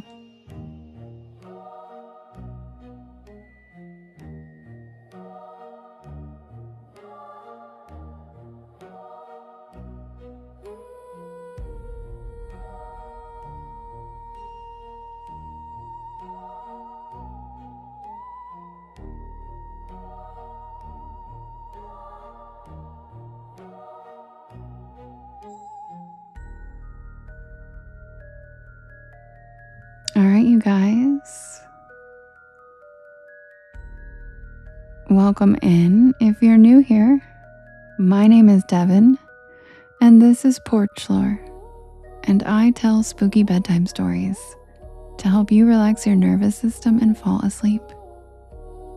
And I am here every single night at 10 p.m. Eastern Standard Time until about 1 in the morning. And I do write all of these stories myself. Good night, Jamie. Love you. Thanks for coming in, boo. Love you so much. Thanks for staying. That's my real life friend, guys. Love you, Jamie. Good night. I do write these stories myself, and they are all recorded and available to listen to whenever you would like on my YT channel, as well as all of the podcast streaming sites. If you just look for Porch Lore, you should be able to find me, and all of the links are in my bio. Ooh, we just got major lightning. Oh shit. I think a storm is rolling in, you guys. Thank you, Mr. Bones. I appreciate that. Welcome.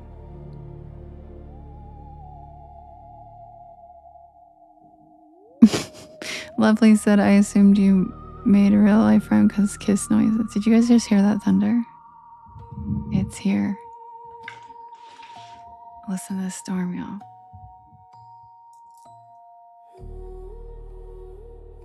Isn't it, Mary? Hilarious and terrifying. I'm in Ohio right now.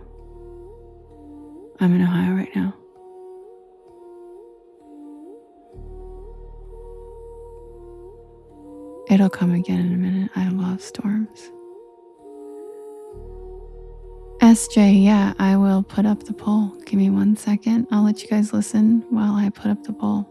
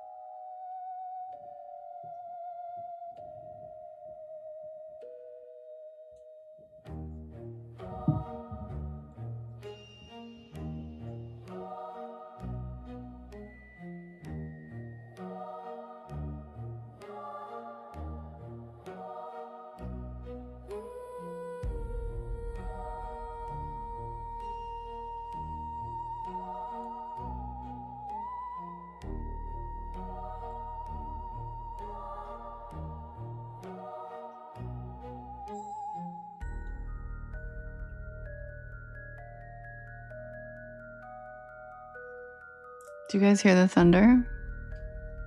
And the rain starting? Can you guys hear that? Oh, here comes the rain.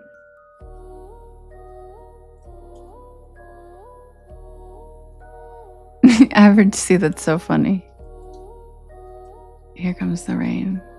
The storm's coming now.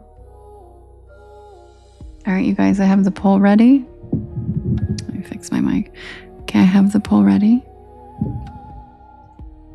I love storms, Maureen. I absolutely love them. Like, if I weren't here right now, I'd go outside. Good night, Glossette. Sweet dreams, you queen. Love you. See you tomorrow. All right, guys, the poll is ready. We have the crawl space versus the masked visitor versus the midnight movie versus the deer woman versus the Selkies. Good night, Lola. Love you. Sweet dreams. Merlin says meow. Merlin got new bow tie today. I'll show you guys on Wednesday. Thank you, Michelle, for the dandelion tiny. All right, guys, you can vote in the top left-hand corner. There's a blue box. You can vote up to 50 times a piece. That was so cute, right? I love the dandelion. And we have the crawl space, the masked visitor, the midnight movie, the deer woman, and the Selkies. Who's it gonna be? Thanks for the follow, Anna. Welcome to the porch.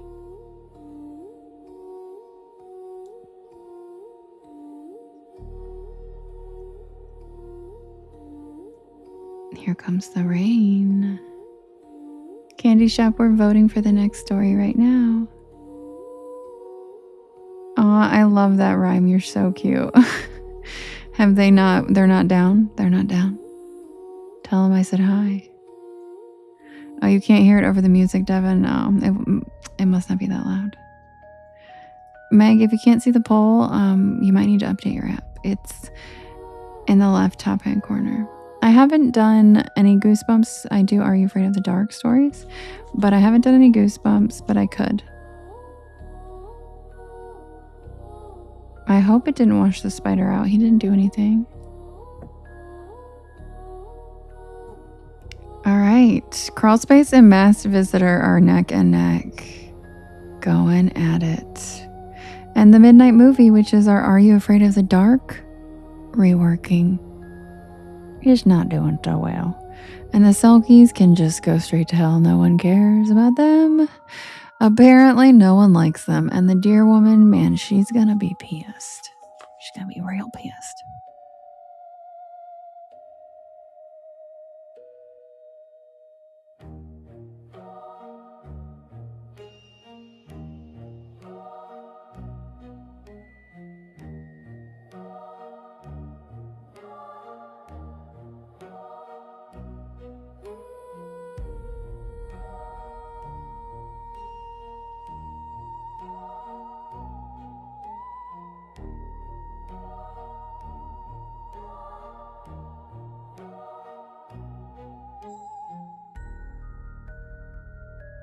And the crawl space is the winner.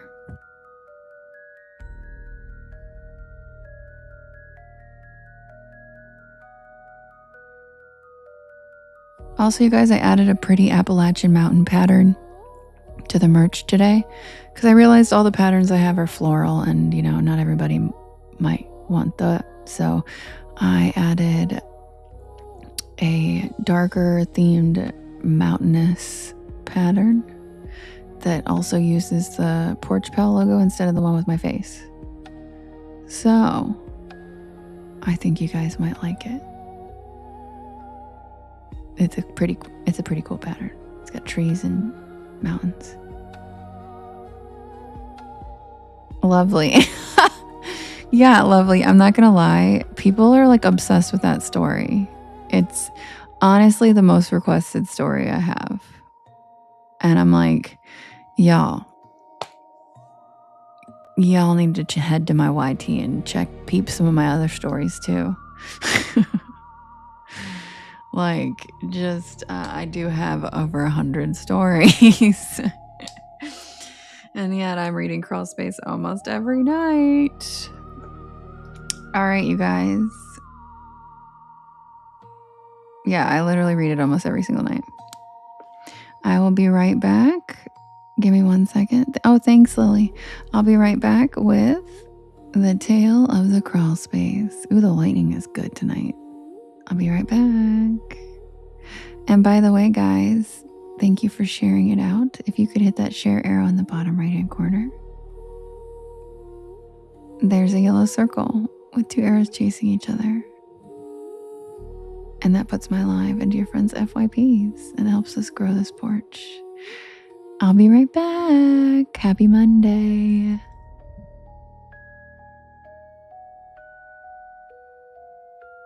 Me too, Amy. That's why I write so many that are like that.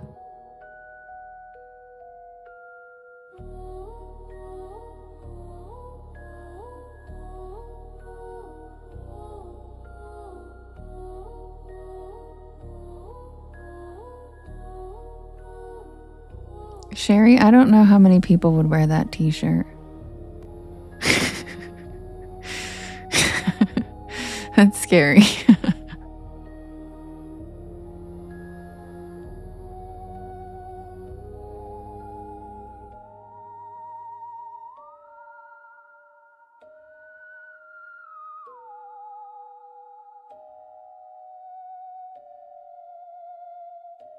Yeah, Jade said just Sherry. Sherry said, I would. I love you, Sherry. She's like, hail, I will. Okay, Sherry, I'll make that shirt. I swear I will. I'll make one for you. Pippa, they often have snakes in them everywhere.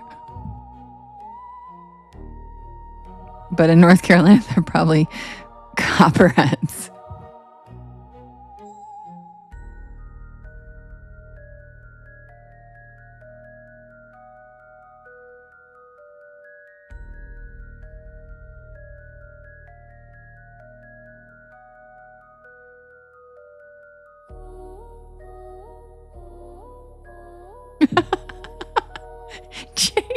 Jane said waffle stomped. I barely stepped on your foot, okay? I barely grazed it.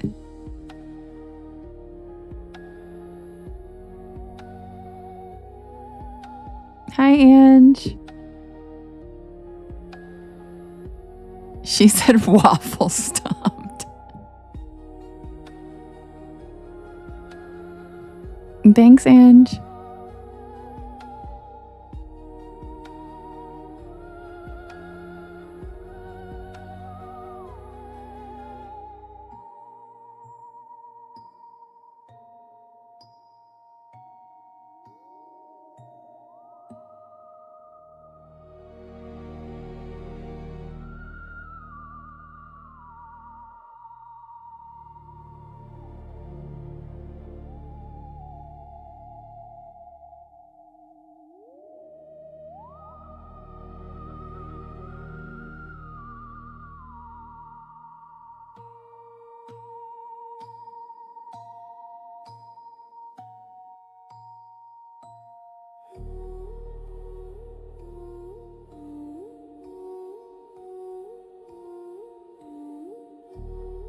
Yeah, Lady Rose, she suggested a t-shirt with just a red earring laying on the floor. Good night, Lola. Lady Rose said if it's a crawl space t-shirt, no. Hi, Minis. How you doing, cutie?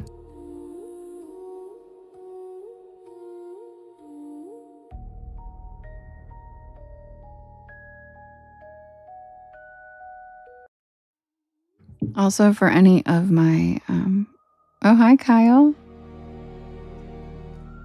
Also, for any of my X-File fellow lovers. Yeah, Hunter, you just missed it. This story was inspired by the Tombs character in the X-Files, who is horrifying. So beware. It's creepy. Yep, Tombs. Yep.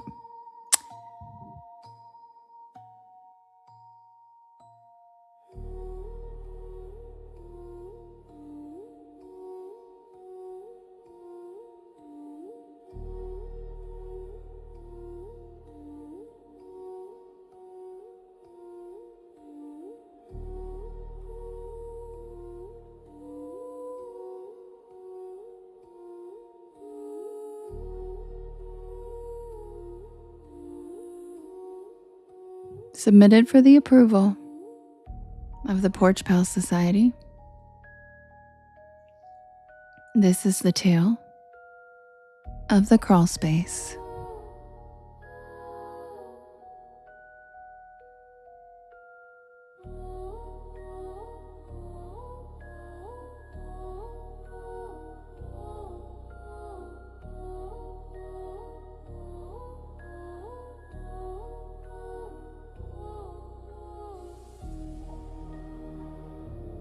When I was 21, I rented a house in rural Tennessee for the summer. It was the kind of place you picture in a faded photograph. Wide front porch, paint peeling in soft curls, a yard full of tall grass and wild mint. It sat on a plot of land that used to be part of a larger farm, but the property had been split and sold into patches. The house was old.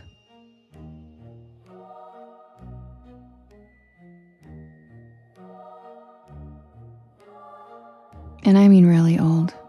Like wooden floorboards, one bathroom and a stove that hissed like it had secrets.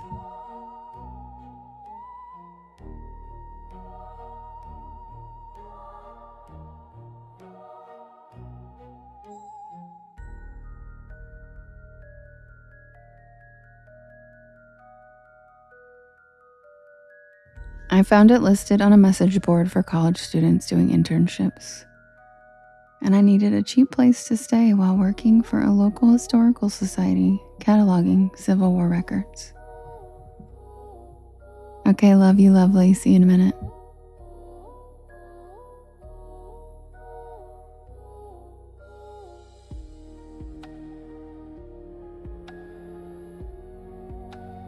I should have known something was off when the landlord gave me the key in a Walgreens parking lot and told me that he didn't go out there much anymore. He looked tired, like he hadn't slept in days. And when I asked if the area was safe, he said the neighbors mostly kept to themselves. I never saw any neighbors.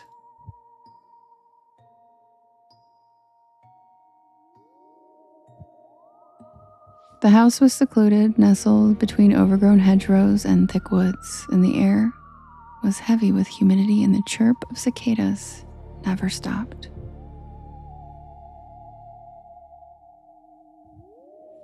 It felt like the kind of place where time hiccuped. There were no streetlights, no mailboxes, just a gravel driveway and a silence so thick that it buzzed in your ears. The first few days were uneventful, other than the sheer isolation. I was spending most of my time scanning old documents in the back office of the town's tiny museum and driving back at dusk. And that's when the place started feeling off. Not haunted, not in the way you'd think, just off.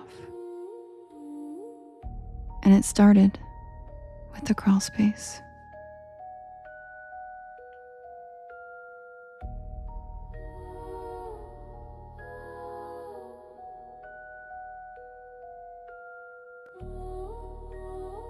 There was a square vent cut into the floor of the hallway near the kitchen.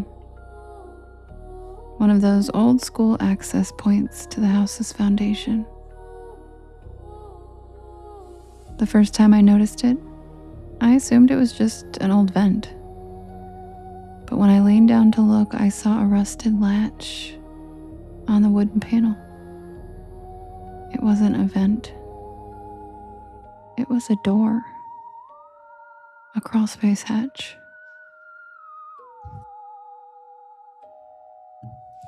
I tried to open it just out of curiosity, but the thing wouldn't budge. I figured it had been sealed shut by time or moisture. But that night, as I laid in bed, I heard something move beneath the floorboards. It wasn't the usual creaks or groans of an old house settling. This was deliberate, slow, like a dragging motion. A rhythmic scrape, and then a pause, and then another scrape. I convinced myself it was raccoons, or maybe a possum. But when I went outside with a flashlight the next morning and looked around the foundation, I didn't see any gaps or entry points. Everything was sealed tight. The next night, the scraping came again. Closer this time. The third night I heard it while I was awake, sitting on the couch, sipping tea, trying to read. The scraping started from the far end of the house, near the back bedroom, and it moved steadily forward, right beneath the floorboards. I held my breath. My eyes were fixed on the crawlspace hatch across the room. It was dead silent for a few seconds, and then I heard it. Just once. The creak of the latch. I slept in my car that night. The next morning, I brought a hammer inside and I tried prying open the hatch again. And this time it lifted.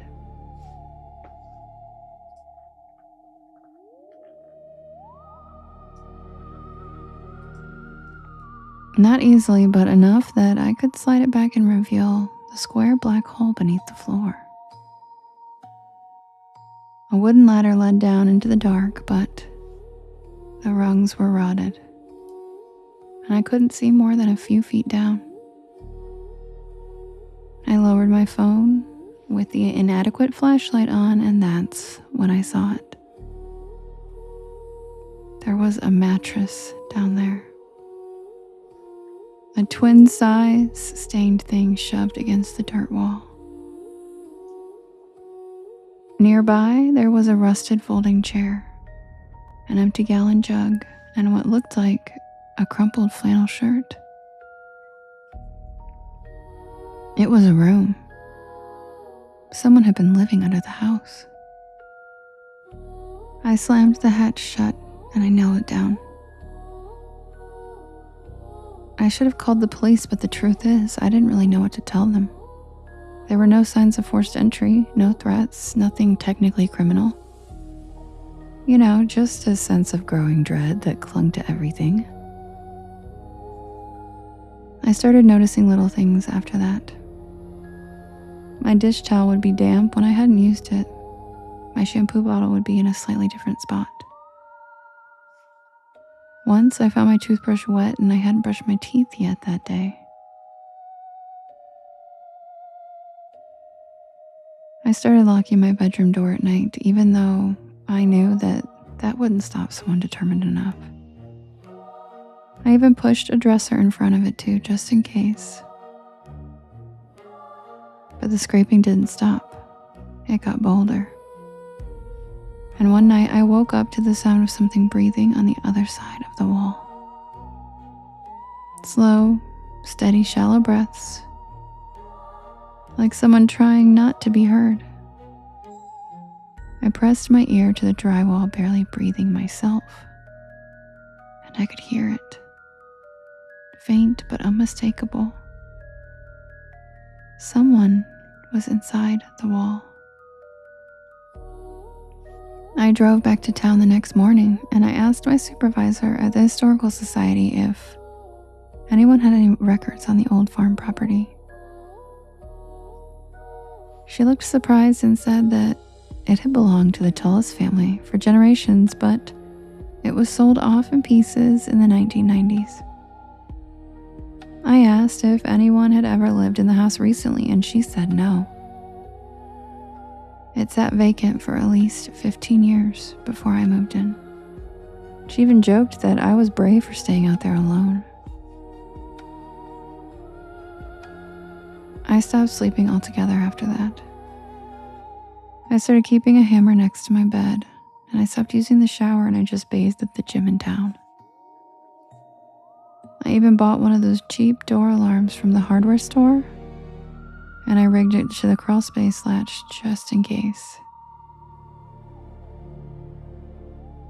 It went off 2 nights later. The screech of that alarm jolted me out of half sleep around 3 a.m. And I barely had time to grab the hammer before I heard the crawl space door slam shut. When I got there, the latch was broken off entirely. And there was a smell, musky, earthy, something like sweat and rotted leaves. I didn't go back to sleep. I sat in the middle of the living room with the hammer clutched in both hands. The next morning, I packed my bags and I left. I didn't care about the rest of the lease. I didn't care about the deposit. I just wanted out of there.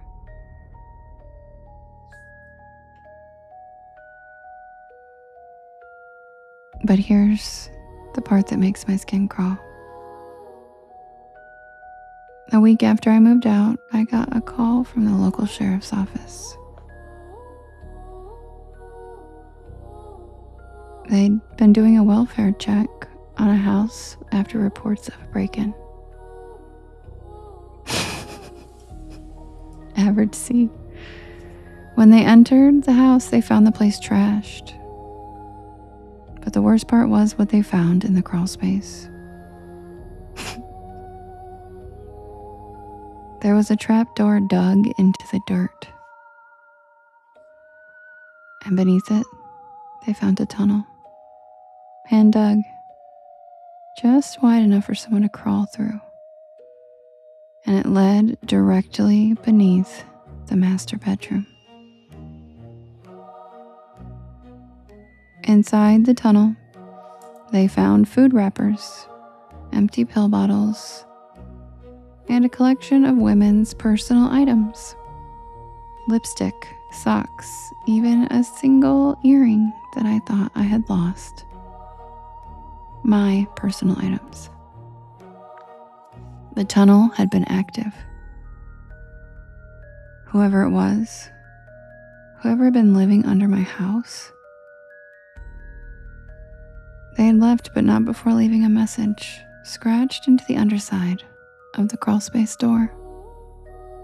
Just one word: stay. I tried to forget about it, I really did. But here's the twist, the part that made me write all of this down. 2 weeks ago, I moved into a new apartment in a different state. Top floor, secure, big building, new locks. Everything felt fine. Until I came home from work one day and I noticed the vent above the bathroom door was slightly ajar. So I grabbed a stool and I looked inside. There was something shiny wedged in the corner. So I pulled it out. It was a single red earring. The matching one. The one that I had never lost.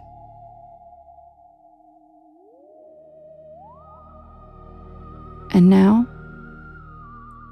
I hear the scraping again. Only this time, it's coming from above.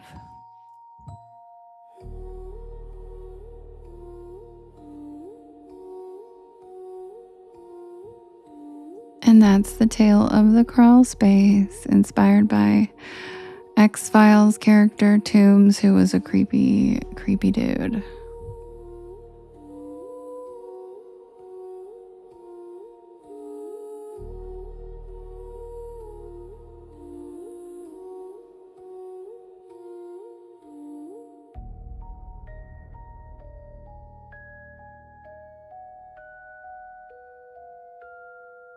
Welcome in, everybody, if you're new here.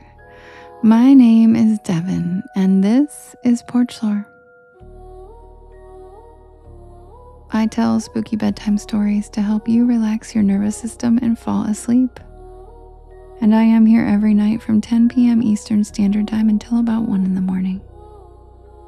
I do write and record all these stories myself, and they are all available on my YT channel as well as all of the podcast streaming sites. Thank you to everybody who is tapping. It's much appreciated. Thank you for all the beautiful gifts so far tonight. And thank you for sharing it out and reposting. It means a lot. I will be right back. I'm going to set up the next poll. Be right back.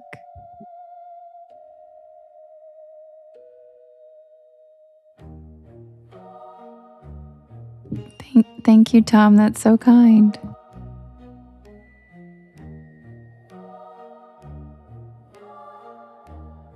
I'd also like to welcome in all our new porch pals this evening. Grab a beanbag chair. Grab a hammock, sit back and relax. Check out the shooting stars and enjoy yourself. Welcome to the porch. Thank you, Harold. That was a beautiful star map. Thank you. And as I always say, there is always room for one more on the porch. Nick, thank you for the follow. Night Audio, thank you for the follow. Welcome to the porch. If you like Are You Afraid of the Dark, Goosebumps, Twilight Zone, X-Files, So Weird, or anything of the sort, you are in the right place. I tried to take us back to the feeling of the Midnight Society and just the spooky nostalgia that we used. I miss So Weird too, Aqua. The spooky nostalgia we used to get to feel all the time. As adults, we're still allowed to feel it. So, sit back and relax. Hang out by the fire. And vote for the next story you want to hear. And just get spooked.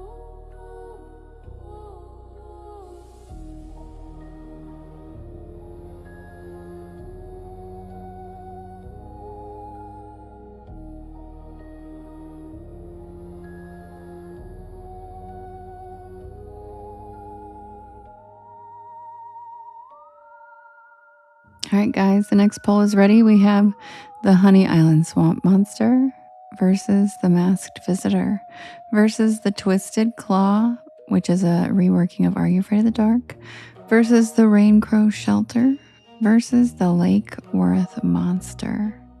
And you can vote in the blue box in the top left-hand corner, and you can vote up to 50 times a person, and you can vote for more than one story if you'd like. Who's it gonna be? We have the Honey Island Swamp Monster, the Masked Visitor, the Twisted Claw, the Rain Crow Shelter, or the Lake Worth Monster.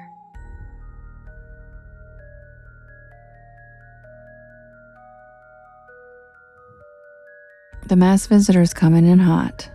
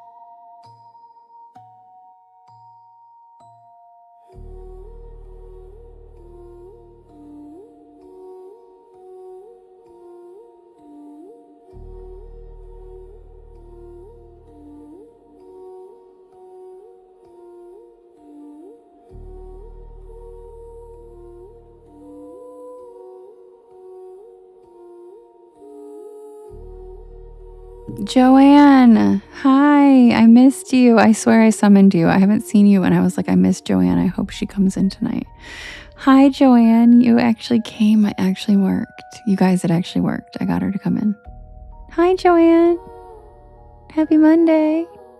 We missed you. Where you been? Everybody's missed you. Are you feeling okay? You haven't been in a while. Oh, you have? Yeah, we missed you. We're like, where's you? Oh, nice. Playing Keno and winning. That good job, Joanne. My goodness. Look at you go. That's impressive. Okay, Wolf King, sweet dreams. See you tomorrow.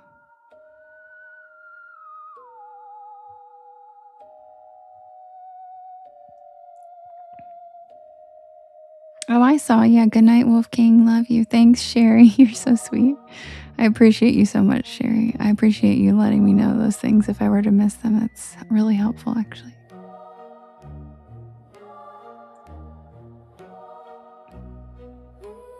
Michelle, your little emotes on YT are so cute. All right, you guys. The Masked Visitor won. I'll be right back with the tale of the Masked Visitor. And welcome in to those of you who are listening off on other places tonight. Hello to all my TikTok porch pals. Hello, all 601 of you. Welcome in. And then welcome into the 28 of you over here on YT and Twitch. Thanks for being here. And if you're new here, my name is Devin, and this is Porch Lore. And I tell spooky bedtime stories to help you relax your nervous system and fall asleep better.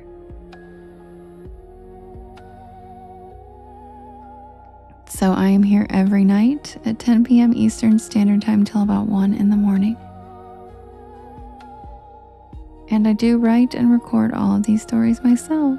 So if you want to listen to them whenever you would like, they are all available on my YT as well as all of the podcast streaming sites. Just look for Porch Lore and you should find me. Also, would love for you guys to check out the merch store. It's really cute stuff. I put a lot of love and passion into it. You don't have to buy anything. I just want you guys to enjoy it because I do create your requests and I use our inside jokes and I do all kinds of fun stuff. So I would just like you guys to check it out. Even if you don't buy a thing, I just think you guys would get a kick out of it and I've put a lot of love into it. And so I hope you guys check it out. It's also on the banner with the peach letters. If you can't find it, but the links are in my bio as well. Thank you for the budding heart, Michelle. And Mary, thanks for the hand hearts.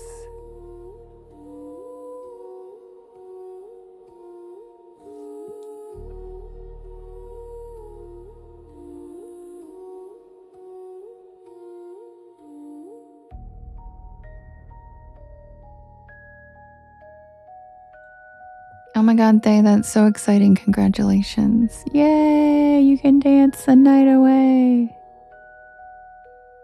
Oh, Cindy, really? Oh, that's so sweet. Thank you. Thank you. I need to hear that because sometimes I'm like, what am I doing? Because I don't think y'all understand. I'm spending like all of my time between writing the stories, making the correct background while I'm researching the story, and then the merch now, and then trying to keep up with the emails and the story ideas and all. It's a lot. And I'm like, what am I doing? And then I'm like, I'm having so much fun. That's what I'm doing. I'm loving it. Oh, thanks, Cindy. Thanks, Michelle. I really appreciate you saying that about the merch. I really have put my heart into it. And I've really enjoyed making and adding new things. It's been really fun. And I don't even think half the stuff is stuff you guys are going to even want. But it's been fun. So I'm like, why not? Why not put it out there? If you want a Porch Lore duffel bag, I made one today. I made 2 with the new Appalachian pattern. That's the mountains and trees. It's really cute. So check it out. I also made backpacks. If you want to go look for cryptids in the woods with a Porch Lore backpack, you can. Case, thanks for the follow. Welcome to the porch. All right, y'all. I'll be right back with the masked visitor. I'm so glad, Angela. That's so sweet. Thank you.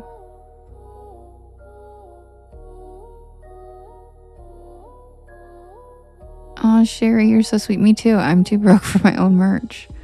I want it all too. And I'm like, well, I'll order a couple pieces here and there every couple weeks, which is what I've done. I just placed another order, only my second order.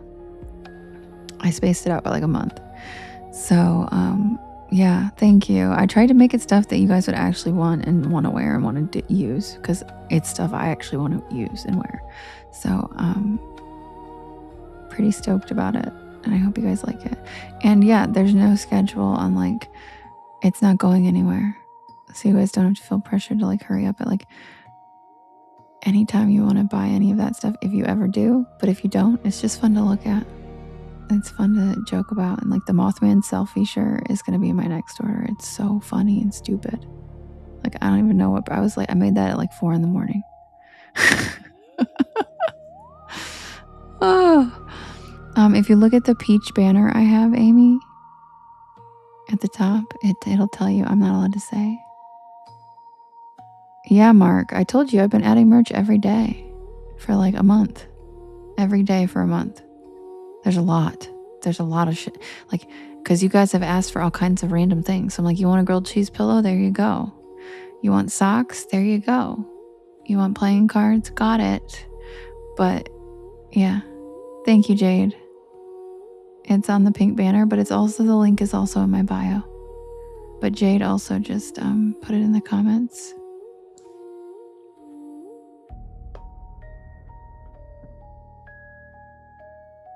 Oh, you are, Mark? Thanks. Which one? You're so sweet. So yeah, check it out. And like I said, you guys don't have to buy a thing. It's just fun to look at. Like, I'm proud of it. And it's funny jokey jokes that we all have with each other. And I think you guys like, there's Earl merch. Earl has some cute, his looks pretty cool. His stuff's pretty damn cool. And guess what? The Fresno Nightwalkers are part of the Cryptid Arcana collection, which means they are a major arcana card. Can any of you guys guess what they are? Which one they're going to be? Which card they are? Because I've only done a few of them. I haven't done all of the major arcana yet. So not every monster is involved, but the Fresno Nightcrawlers, they got a spot. I know, the grilled cheese addiction. Wait, should I make a bucket hat? I haven't made a bucket hat yet, but I could do that. Okay, CJ, I'll do that. I'll do that tonight for you. A bucket hat with okay, because I made a couple inadequate flashlight hats, but I'll do the bucket hat for sure.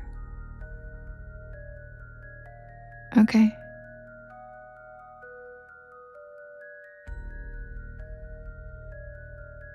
Yeah, me too, April.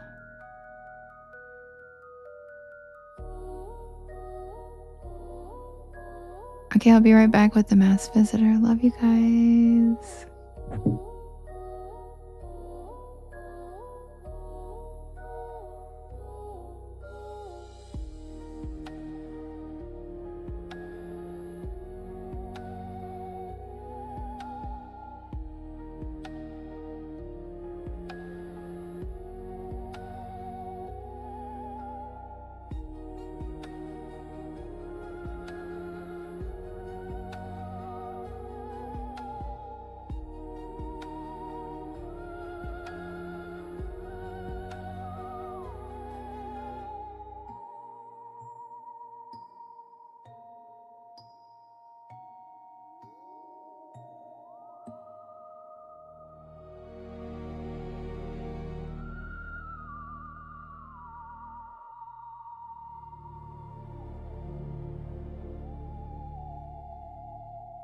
TJ, isn't the Mothman selfie shirt hilarious? Thank you. Thank you. Oh, Mark, thanks for your order. I just popped up. Thanks for your order. TJ, thank you. Cause I think that's my favorite one. Or the cryptid besties where they're doing the heart hands together. That one's really funny too.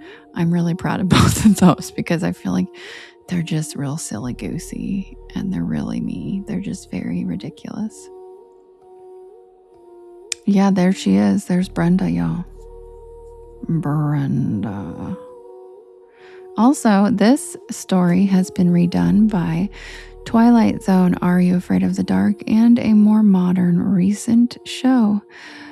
If you haven't heard this before and you already know the answer, if you're new and haven't heard this story before, let me know if you recognize this story. This is a reworking of a pretty established folklore tale that has been done in numerous TV shows. So let me know if you recognize this one. Quick swig and I'll be right back with the tale of the masked visitor.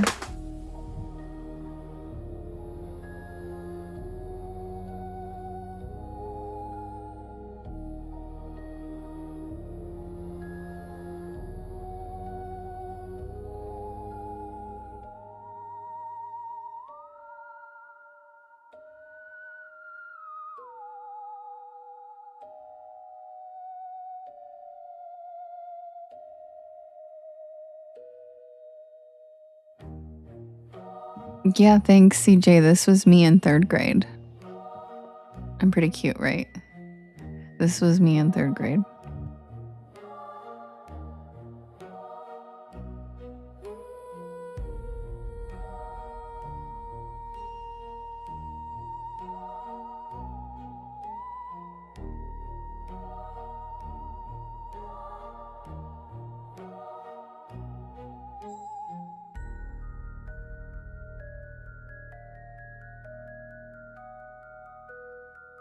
Good job, Shells.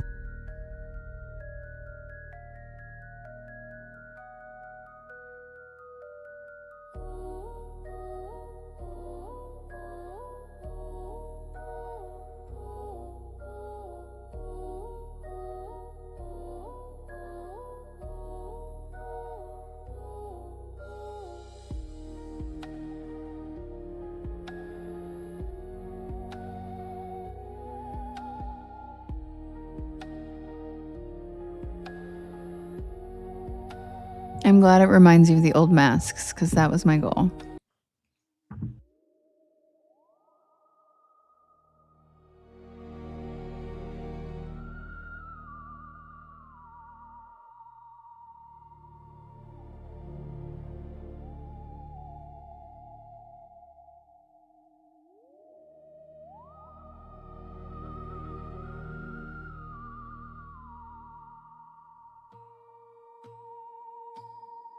Submitted for the approval of the Porch Pals Society. This is the tale of the masked visitor. Good night, Jade. Love you.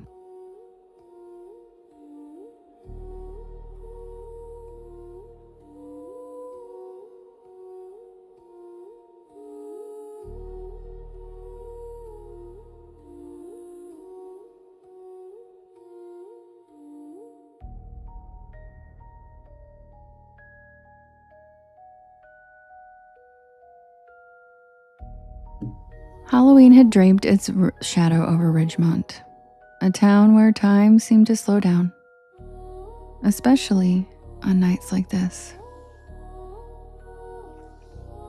The streets, lined with century-old oak trees, whispered with the wind as the last trick-or-treaters scurried home.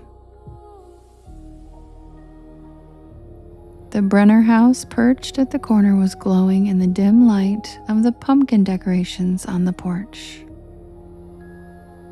And inside, 4 sisters, Lindsay, Taylor, Emily, and Sophie, had returned from their Halloween escapade, the sound of their laughter still echoing in the hallway.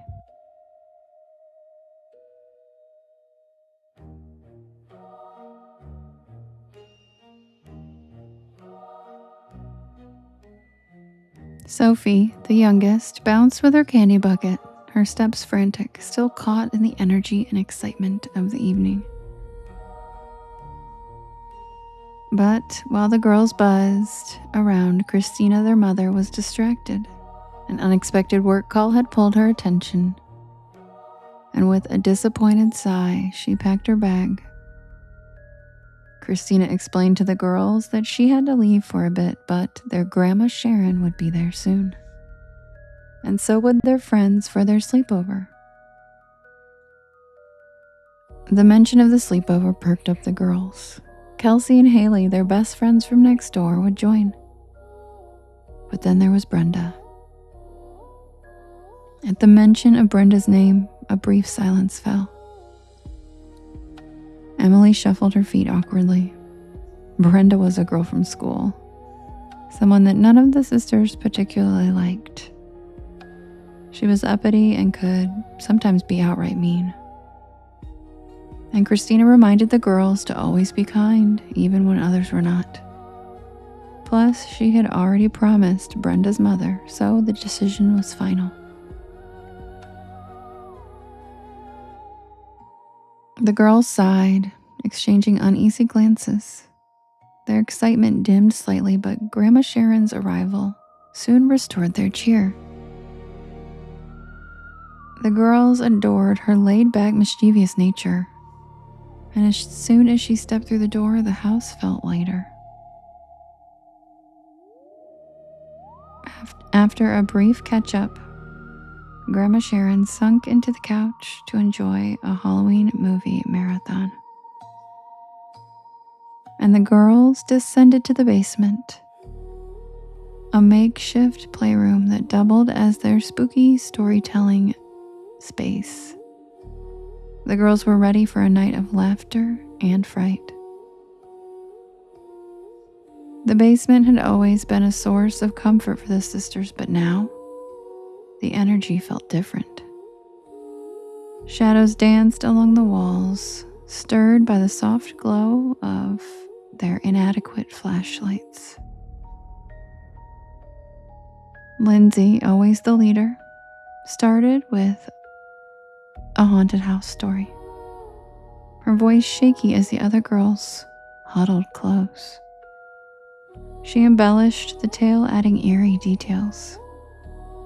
But just as the tension peaked, the basement door creaked open,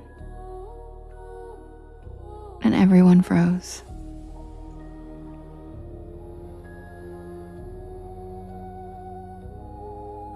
Standing in the doorway was Grandma Sharon, and beside her stood a girl, her face obscured by a mask. It was Brenda. The room chilled as she entered. Brenda didn't speak. She didn't even greet the other girls. She just stood there stiff and still. Thank you, Tracy. Thank you, Lala. Thank you, Drew. Her costume, a little unsettling. Sharon gave the girls a gentle warning to behave, and then she retreated back upstairs to continue her movie. An awkward silence blanketed the group. The girls tried to include Brenda, offering her candy and commenting on her mask, but she remained mute, watching them through the eyes of the mask. And the unease crept in deeper. Lindsay attempted to restart the spooky story, but Brenda's silence hung over them like a weight. Thank you so much, Tracy. When it was Haley's turn to share a ghost story, her voice faltered. Brenda's presence was unsettling. Each girl cast nervous glances at one another, hoping someone would break the tension. Then Brenda finally spoke, and she said that she had a really scary story, and she asked if the girls wanted to hear it. They all excitedly agreed that now it was Brenda's turn to tell a scary story. And did she ever?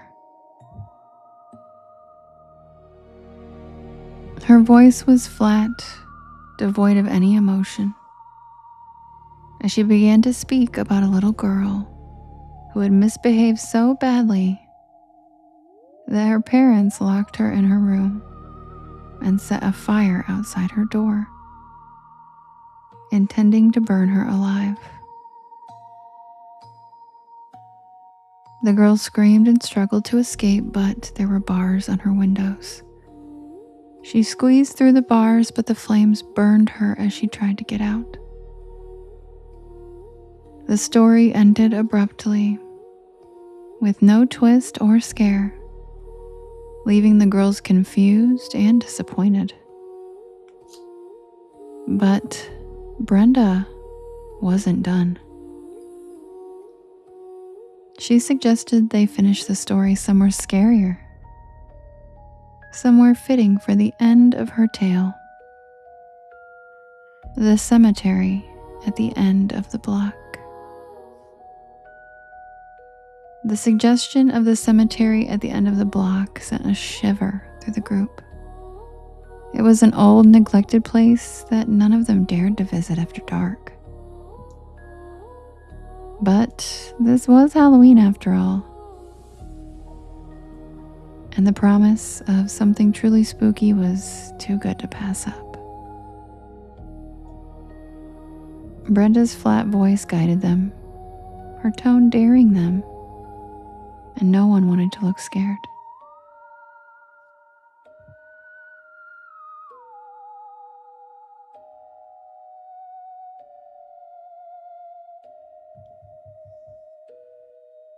Sneaking out was easy.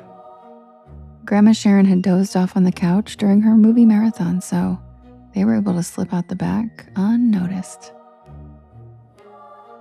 The quiet night outside was starkly different from the warmth and safety of their home. The wind whistled through the trees, casting long shadows under the streetlights as they made their way to the cemetery. The cemetery gates creaked loudly, their echo swallowed by the vast darkness inside. Once within the cemetery, the atmosphere thickened. The gravestones, some crumbling with age, jutted out like jagged teeth. Brenda led them, her steps certain, until they reached an empty grave. The earth was freshly dug, a gaping mouth waiting in silence. The other girls hesitated, looking at each other with growing unease. This was no place for games, but Brenda insisted. Her voice, which had been eerily quiet all night, grew firm. She pointed at Sophie, the youngest and smallest, and said, "Lie down." Sophie's heart raced. She glanced at her sisters, hoping they would protest, but no one moved. The silent pressure from Brenda and the weight of the group pushed her forward. Shaking, Sophie climbed into the grave, lying down on the cold earth. She looked up at the starless sky, her breath trembling in the crisp air. When back at the Brenner house, Sharon had been startled awake by the ringing of the phone. It was Mrs. Lillard, Brenda's mother, apologizing for her daughter's absence this evening. Brenda had fallen ill and had gone to bed early. Sharon's eyes widened as Mrs. Lillard explained that Brenda had been in bed all night. Sharon's heart sank. Wait, if Brenda was at home, then who was with her granddaughters? Frantically, Sharon rushed to the basement, only to find it empty, and the girls were gone. Panic took over and she immediately called Christina, telling her to come home. Whoever had come to the sleepover hidden behind that mask was not Brenda.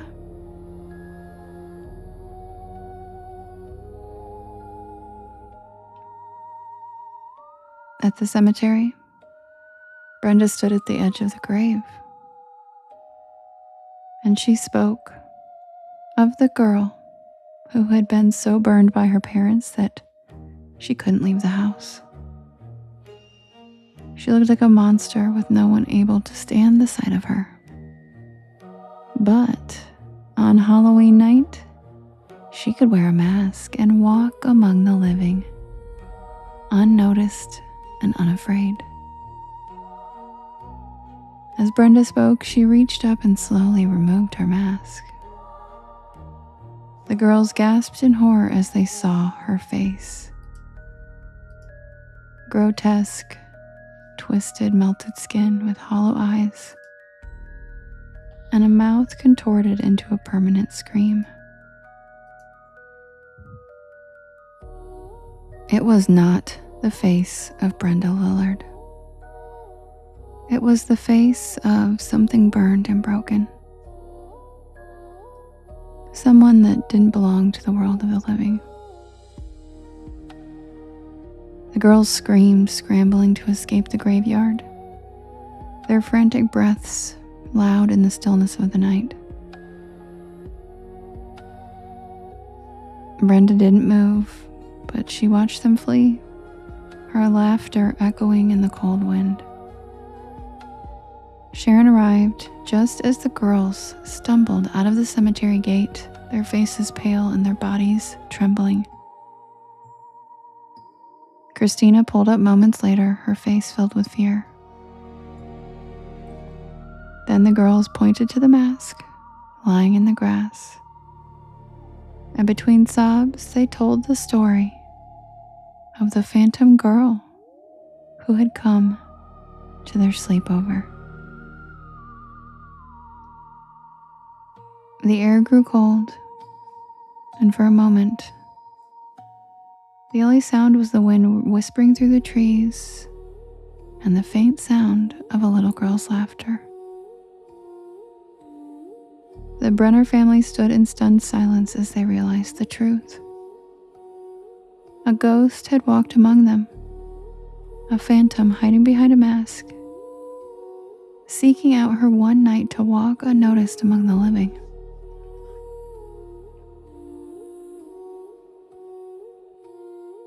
The Brenners hurried back to their house, leaving the cemetery and the phantom girl behind.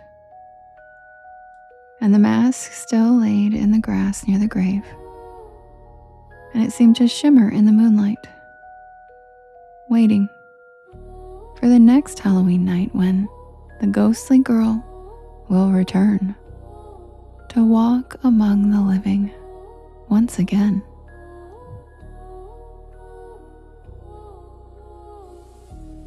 And that's the tale of the masked visitor. And if you guys guessed evil, you are correct. That story was done by Twilight Zone, Are You Afraid of the Dark, Evil, and several other shows throughout history. It's a classic tale of the hanging out with a ghost kid that you don't know is a ghost. Thank you, Mary. Michelle's been wanting that one all night, so I'm glad it finally won. All right, and you guys know what time it is. Let me switch the porch real quick. 1 second.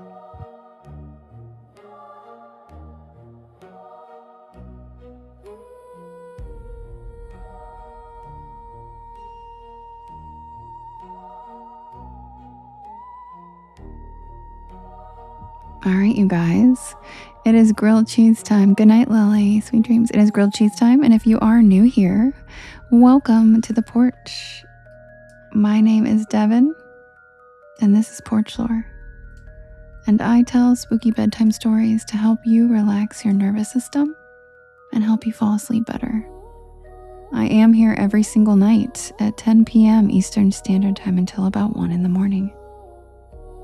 And I do write all these stories myself, and I record them, and they are all available on my YT channel as well as all of the podcast streaming sites. If you look for Porch Lore, you will find me. I also have all the links in my bio. And with that being said, if you are a new porch pal, welcome. Grab a beanbag chair, grab a hammock, sit back and relax. But I highly recommend you make a grilled cheese right now. I don't care if it's late, because after this story, you will be craving a grilled cheese sandwich. This is everybody's favorite story, and I close out the live every night with this as the last story. It has beloved characters. There's stickers for the chat just for the story, and there's an entire merch collection on my page just for this story. So, welcome to the porch. Sit back and relax and get ready for the tale of the night shift at Sycamore Diner.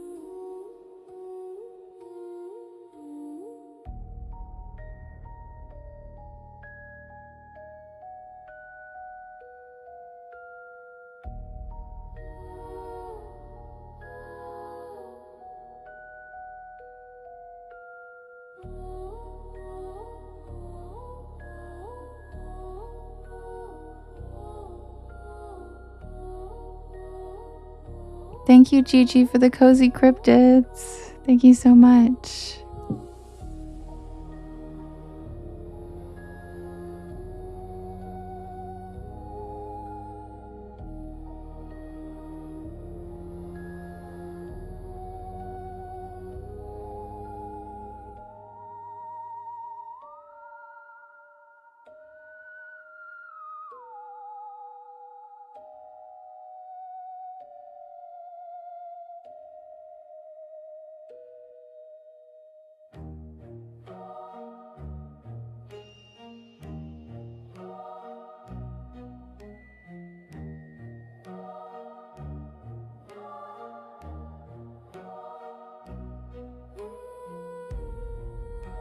Also, thank you everybody who's been tapping tonight and reposting and sharing. I appreciate you guys.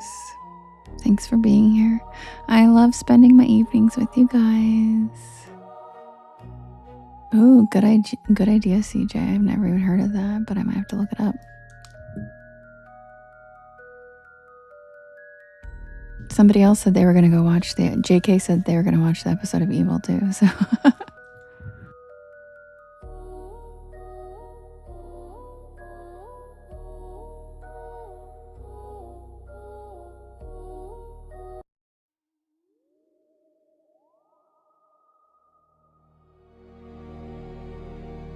Oh, I'm glad you did too, Justin. Me too.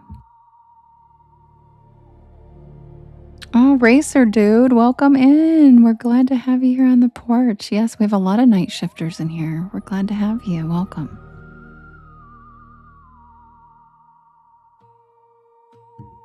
Submitted for the approval of the Porch Pal Society. This is the tale of the night shift at Sycamore Diner.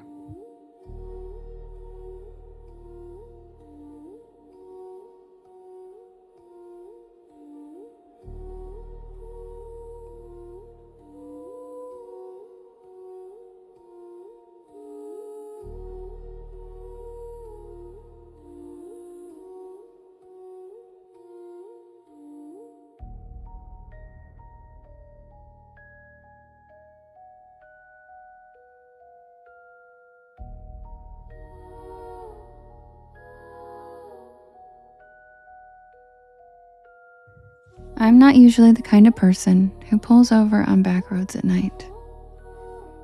Not unless I absolutely have to. But that night, something about the storm, the long drive, and that growling pit in my stomach convinced me otherwise. I was hungry. Hey you guys, Michelle just sent a super fan box. It's up in the left-hand corner. And check it out. Thank you, Michelle.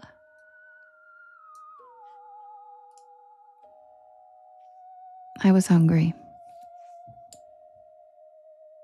It was late October, and I was headed back to campus after a weekend visit with my friends in North Carolina.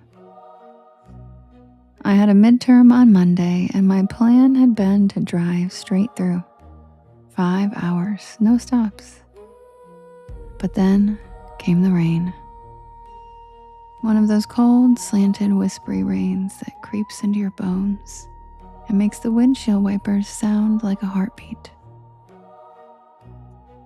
I had taken the wrong exit, trying to bypass traffic, and I ended up on a 2-lane back road, surrounded by nothing but pine trees and power lines.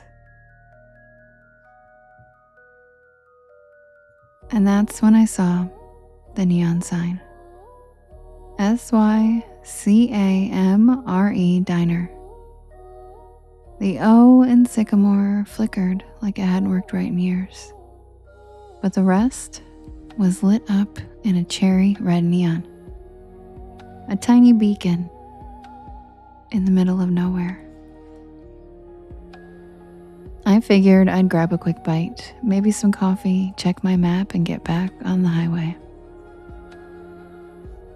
But I should have just kept driving.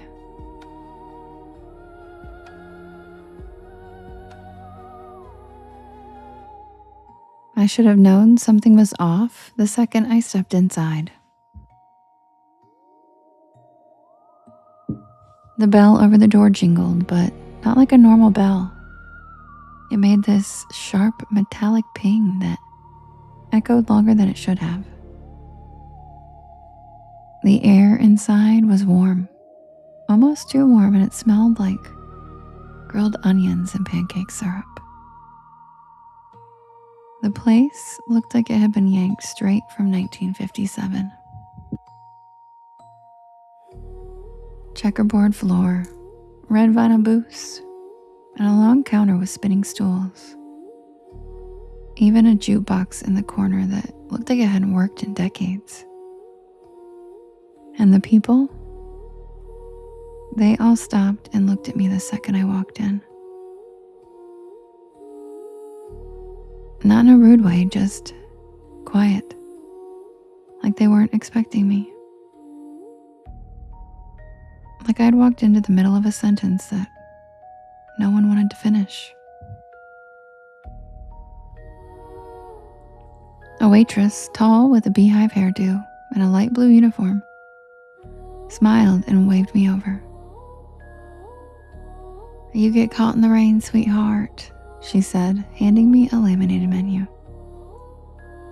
I nodded, still trying to shake off that weird feeling. "Yeah, the highway's a mess." She chuckled and patted my shoulder. "Well, you're safe here. Sycamore's always open for travelers." I sat down at a corner booth. The vinyl creaked. And I remember the jukebox shifted songs by itself and started playing some slow doo-wop ballad that I didn't recognize. I looked around and everyone looked normal, sort of. There was a trucker with a thick gray beard drinking coffee at the counter. A young couple whispering to each other in a booth by the jukebox. And an older woman stirring tea like she was lost in thought. But they all had this same look in their eyes, like they were there but also somewhere else. Like they were watching me out of the corner of their eyes even when they were looking down. The waitress came back with coffee, strong, hot, and surprisingly good. And I ordered a grilled cheese with fries. Simple, safe. She wrote it down with one of those clicky pens and said, "Don't worry, it's on the house tonight." And that was my second red flag. No diner just gives food away. While I waited, I took out my phone to check the map. No signal, and I mean nothing. No bars, no Wi-Fi, not even GPS. Just a blank screen with a spinning wheel.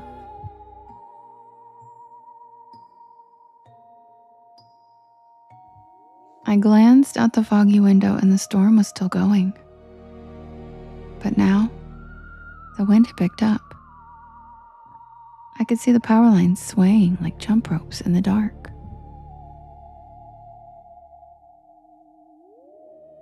But the diner stayed perfectly lit. Not even a flicker.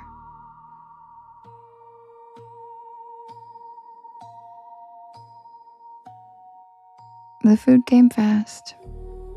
Too fast. Like under 5 minutes. But it looked amazing. Golden bread, gooey cheese, crispy fries with a little metal cup of ketchup on the side. I took a bite. Delicious. I mean, I've eaten at a lot of diners, greasy spoons, college joints, and roadside shacks, but this was hands down the best grilled cheese I've ever had. The fries were perfect and the coffee never ran out. Every time I took a sip, it was somehow full again. I was halfway through the sandwich when the trucker got up to leave. He walked right past my table, nodded once, and whispered, "Don't stay past midnight." That's all he said. What? But he was already out the door.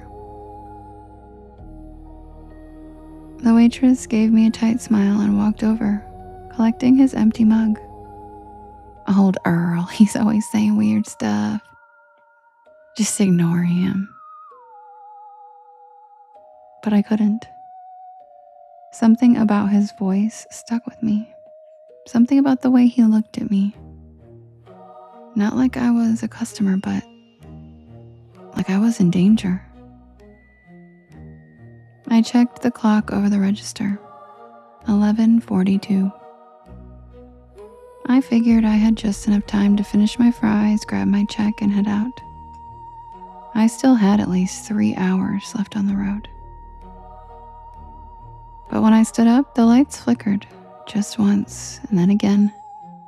And then everything in the diner stopped moving. Thank you, Queen Lakota. The couple by the jukebox froze mid-sentence. The woman with the tea stopped stirring, her spoon hanging in midair. The waitress, her hand reached out for a mug, just stopped. Like someone hit pause on the entire scene. I took a step back and the jukebox buzzed, glitched, and restarted a new track. I could still move, but no one else could. And then I heard it. Not music, not a storm, a voice. Not coming from anyone I could see. Just a whisper that seemed to echo from the walls themselves. I backed toward the door, my heart hammering in my chest. I turned the knob. Locked, of course it was locked. I tried the windows, but they were sealed shut. I started banging on the glass and shouting, but no one was outside. Just the wind and the rain and that flickering red sign. SYCAMRE. I turned back toward the dining room and everyone was gone. Not frozen anymore, just gone. The booths were empty. No plates, no crumbs, no mugs. No sign that anyone had ever even been there. Except for my plate. Still warm and still half eaten. And then I saw the waitress. She was standing by the kitchen doors, her silhouette backlit by flickering fluorescent light.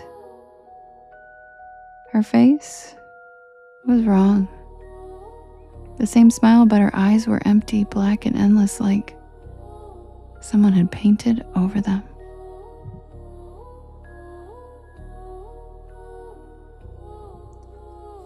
"You shouldn't be here, honey," she said in that same cheerful voice. "Not yet." I stumbled back, knocking over a chair as she took one slow step toward me. "The others, they were waiting, but you just wandered in." She raised a hand, and the walls began to shimmer. Literally shimmer, like heat waves on asphalt. The checkered floor rippled and the red booths started to fade, becoming outlines and then shadows and then nothing. And then I saw it. Underneath the illusion. It was charred wood, cracked tile, broken beams, and black soot, like the diner had burned down long ago. I ran. I don't even know how I got out. One second I was inside, and the next I was on the side of the road, soaked to the bone and gasping for air. My car was still there, parked on gravel that didn't even look like a lot anymore, just weeds and puddles. No neon sign, no glowing windows, just nothing.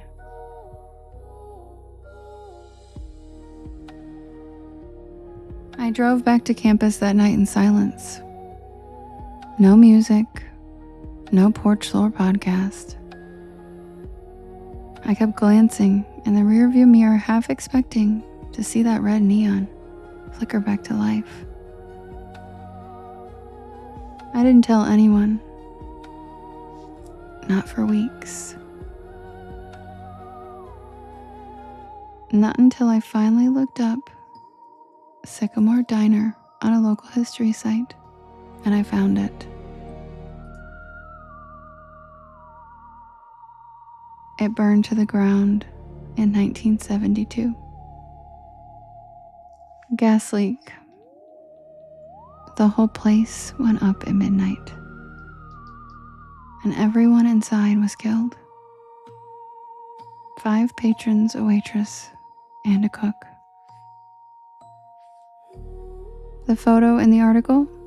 The same checkerboard floor, the same red booths, the same neon sign. SYCAMORE. And in the corner of the photo, that same waitress, smiling.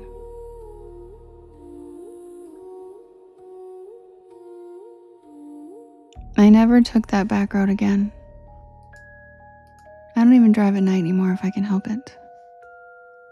And every time I see a neon diner sign, something in me flinches just a little. Because I know I was there. And I know I wasn't supposed to be. But the part that keeps me up sometimes, the part that really makes my stomach turn, that was the best damn grilled cheese I've ever had. And I didn't even pay for it.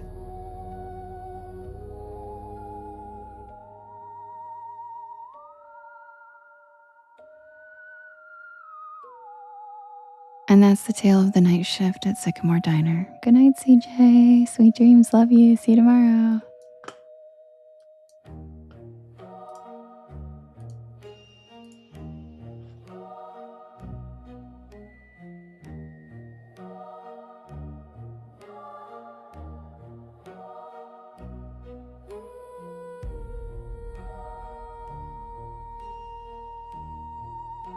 All right, you guys. Good night. I love you guys so much. Thank you for being here. Happy Monday. I hope you guys liked the new spooky story. And I'll probably put the Fresno Nightcrawler merch out tomorrow. And I love you guys.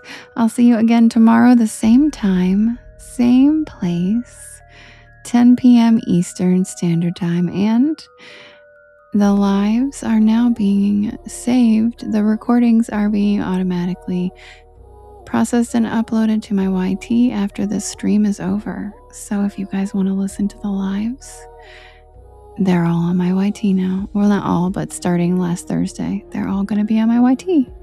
So sweet dreams, everybody. I hope you get some wonderful sleep. Hope you have some great dreams. And don't forget, stay spooky.